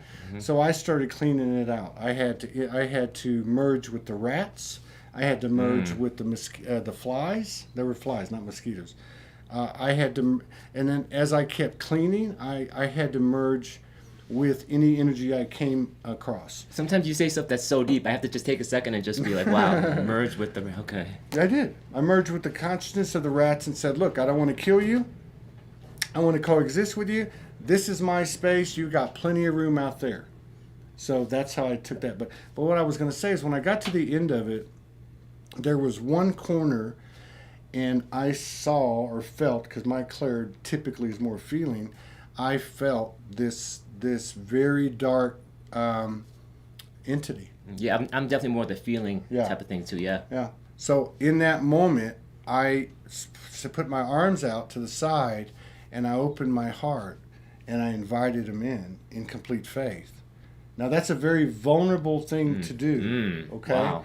But at the same time, it's an expression of power, as I understand it in my own journey now. Because you either trust the universe or you don't. And you can only trust the universe as much as you trust yourself. You can only love the universe as much as you love yourself. Taking that leap of faith is a big thing, and I think that's what you're talking about. Taking That's that it. leap And of faith. every day we're being presented these things. Every day we're being asked to go from our comfort zone into the dark abyss that is the holy darkness where new creations are born. And that's how this stuff like this happens. And my one message today is the comfort zone. Get out of your comfort zone. You have to get out of your comfort zone. Growth only occurs when you're outside of your comfort zone. So if you remember one thing, get out of your comfort zone. There you go. What else you want to do? Well, that was cool. I would like to listen to you guys jam again. That was awesome. Oh, we can do that. If y'all want to do that. I don't know. Maybe we ought to just take a break. Yeah, let's take a break. That was awesome. Yeah, I want to just say one thing real quick. Okay. So we're going to be, Sology's going to be back and forth. We're going to come back this afternoon and probably put another hour and a half broadcasting here. And but I'm going to go from here to I'm going to butcher this word, Wopili. The Wopili conference that's being put on by Tolik and some of his crew is running from today at 2 o'clock through Sunday, 6 p.m. There's a lot of great speakers there, a lot of people from the Sedona area, a lot of Native American presence, presenters, dancers, performers.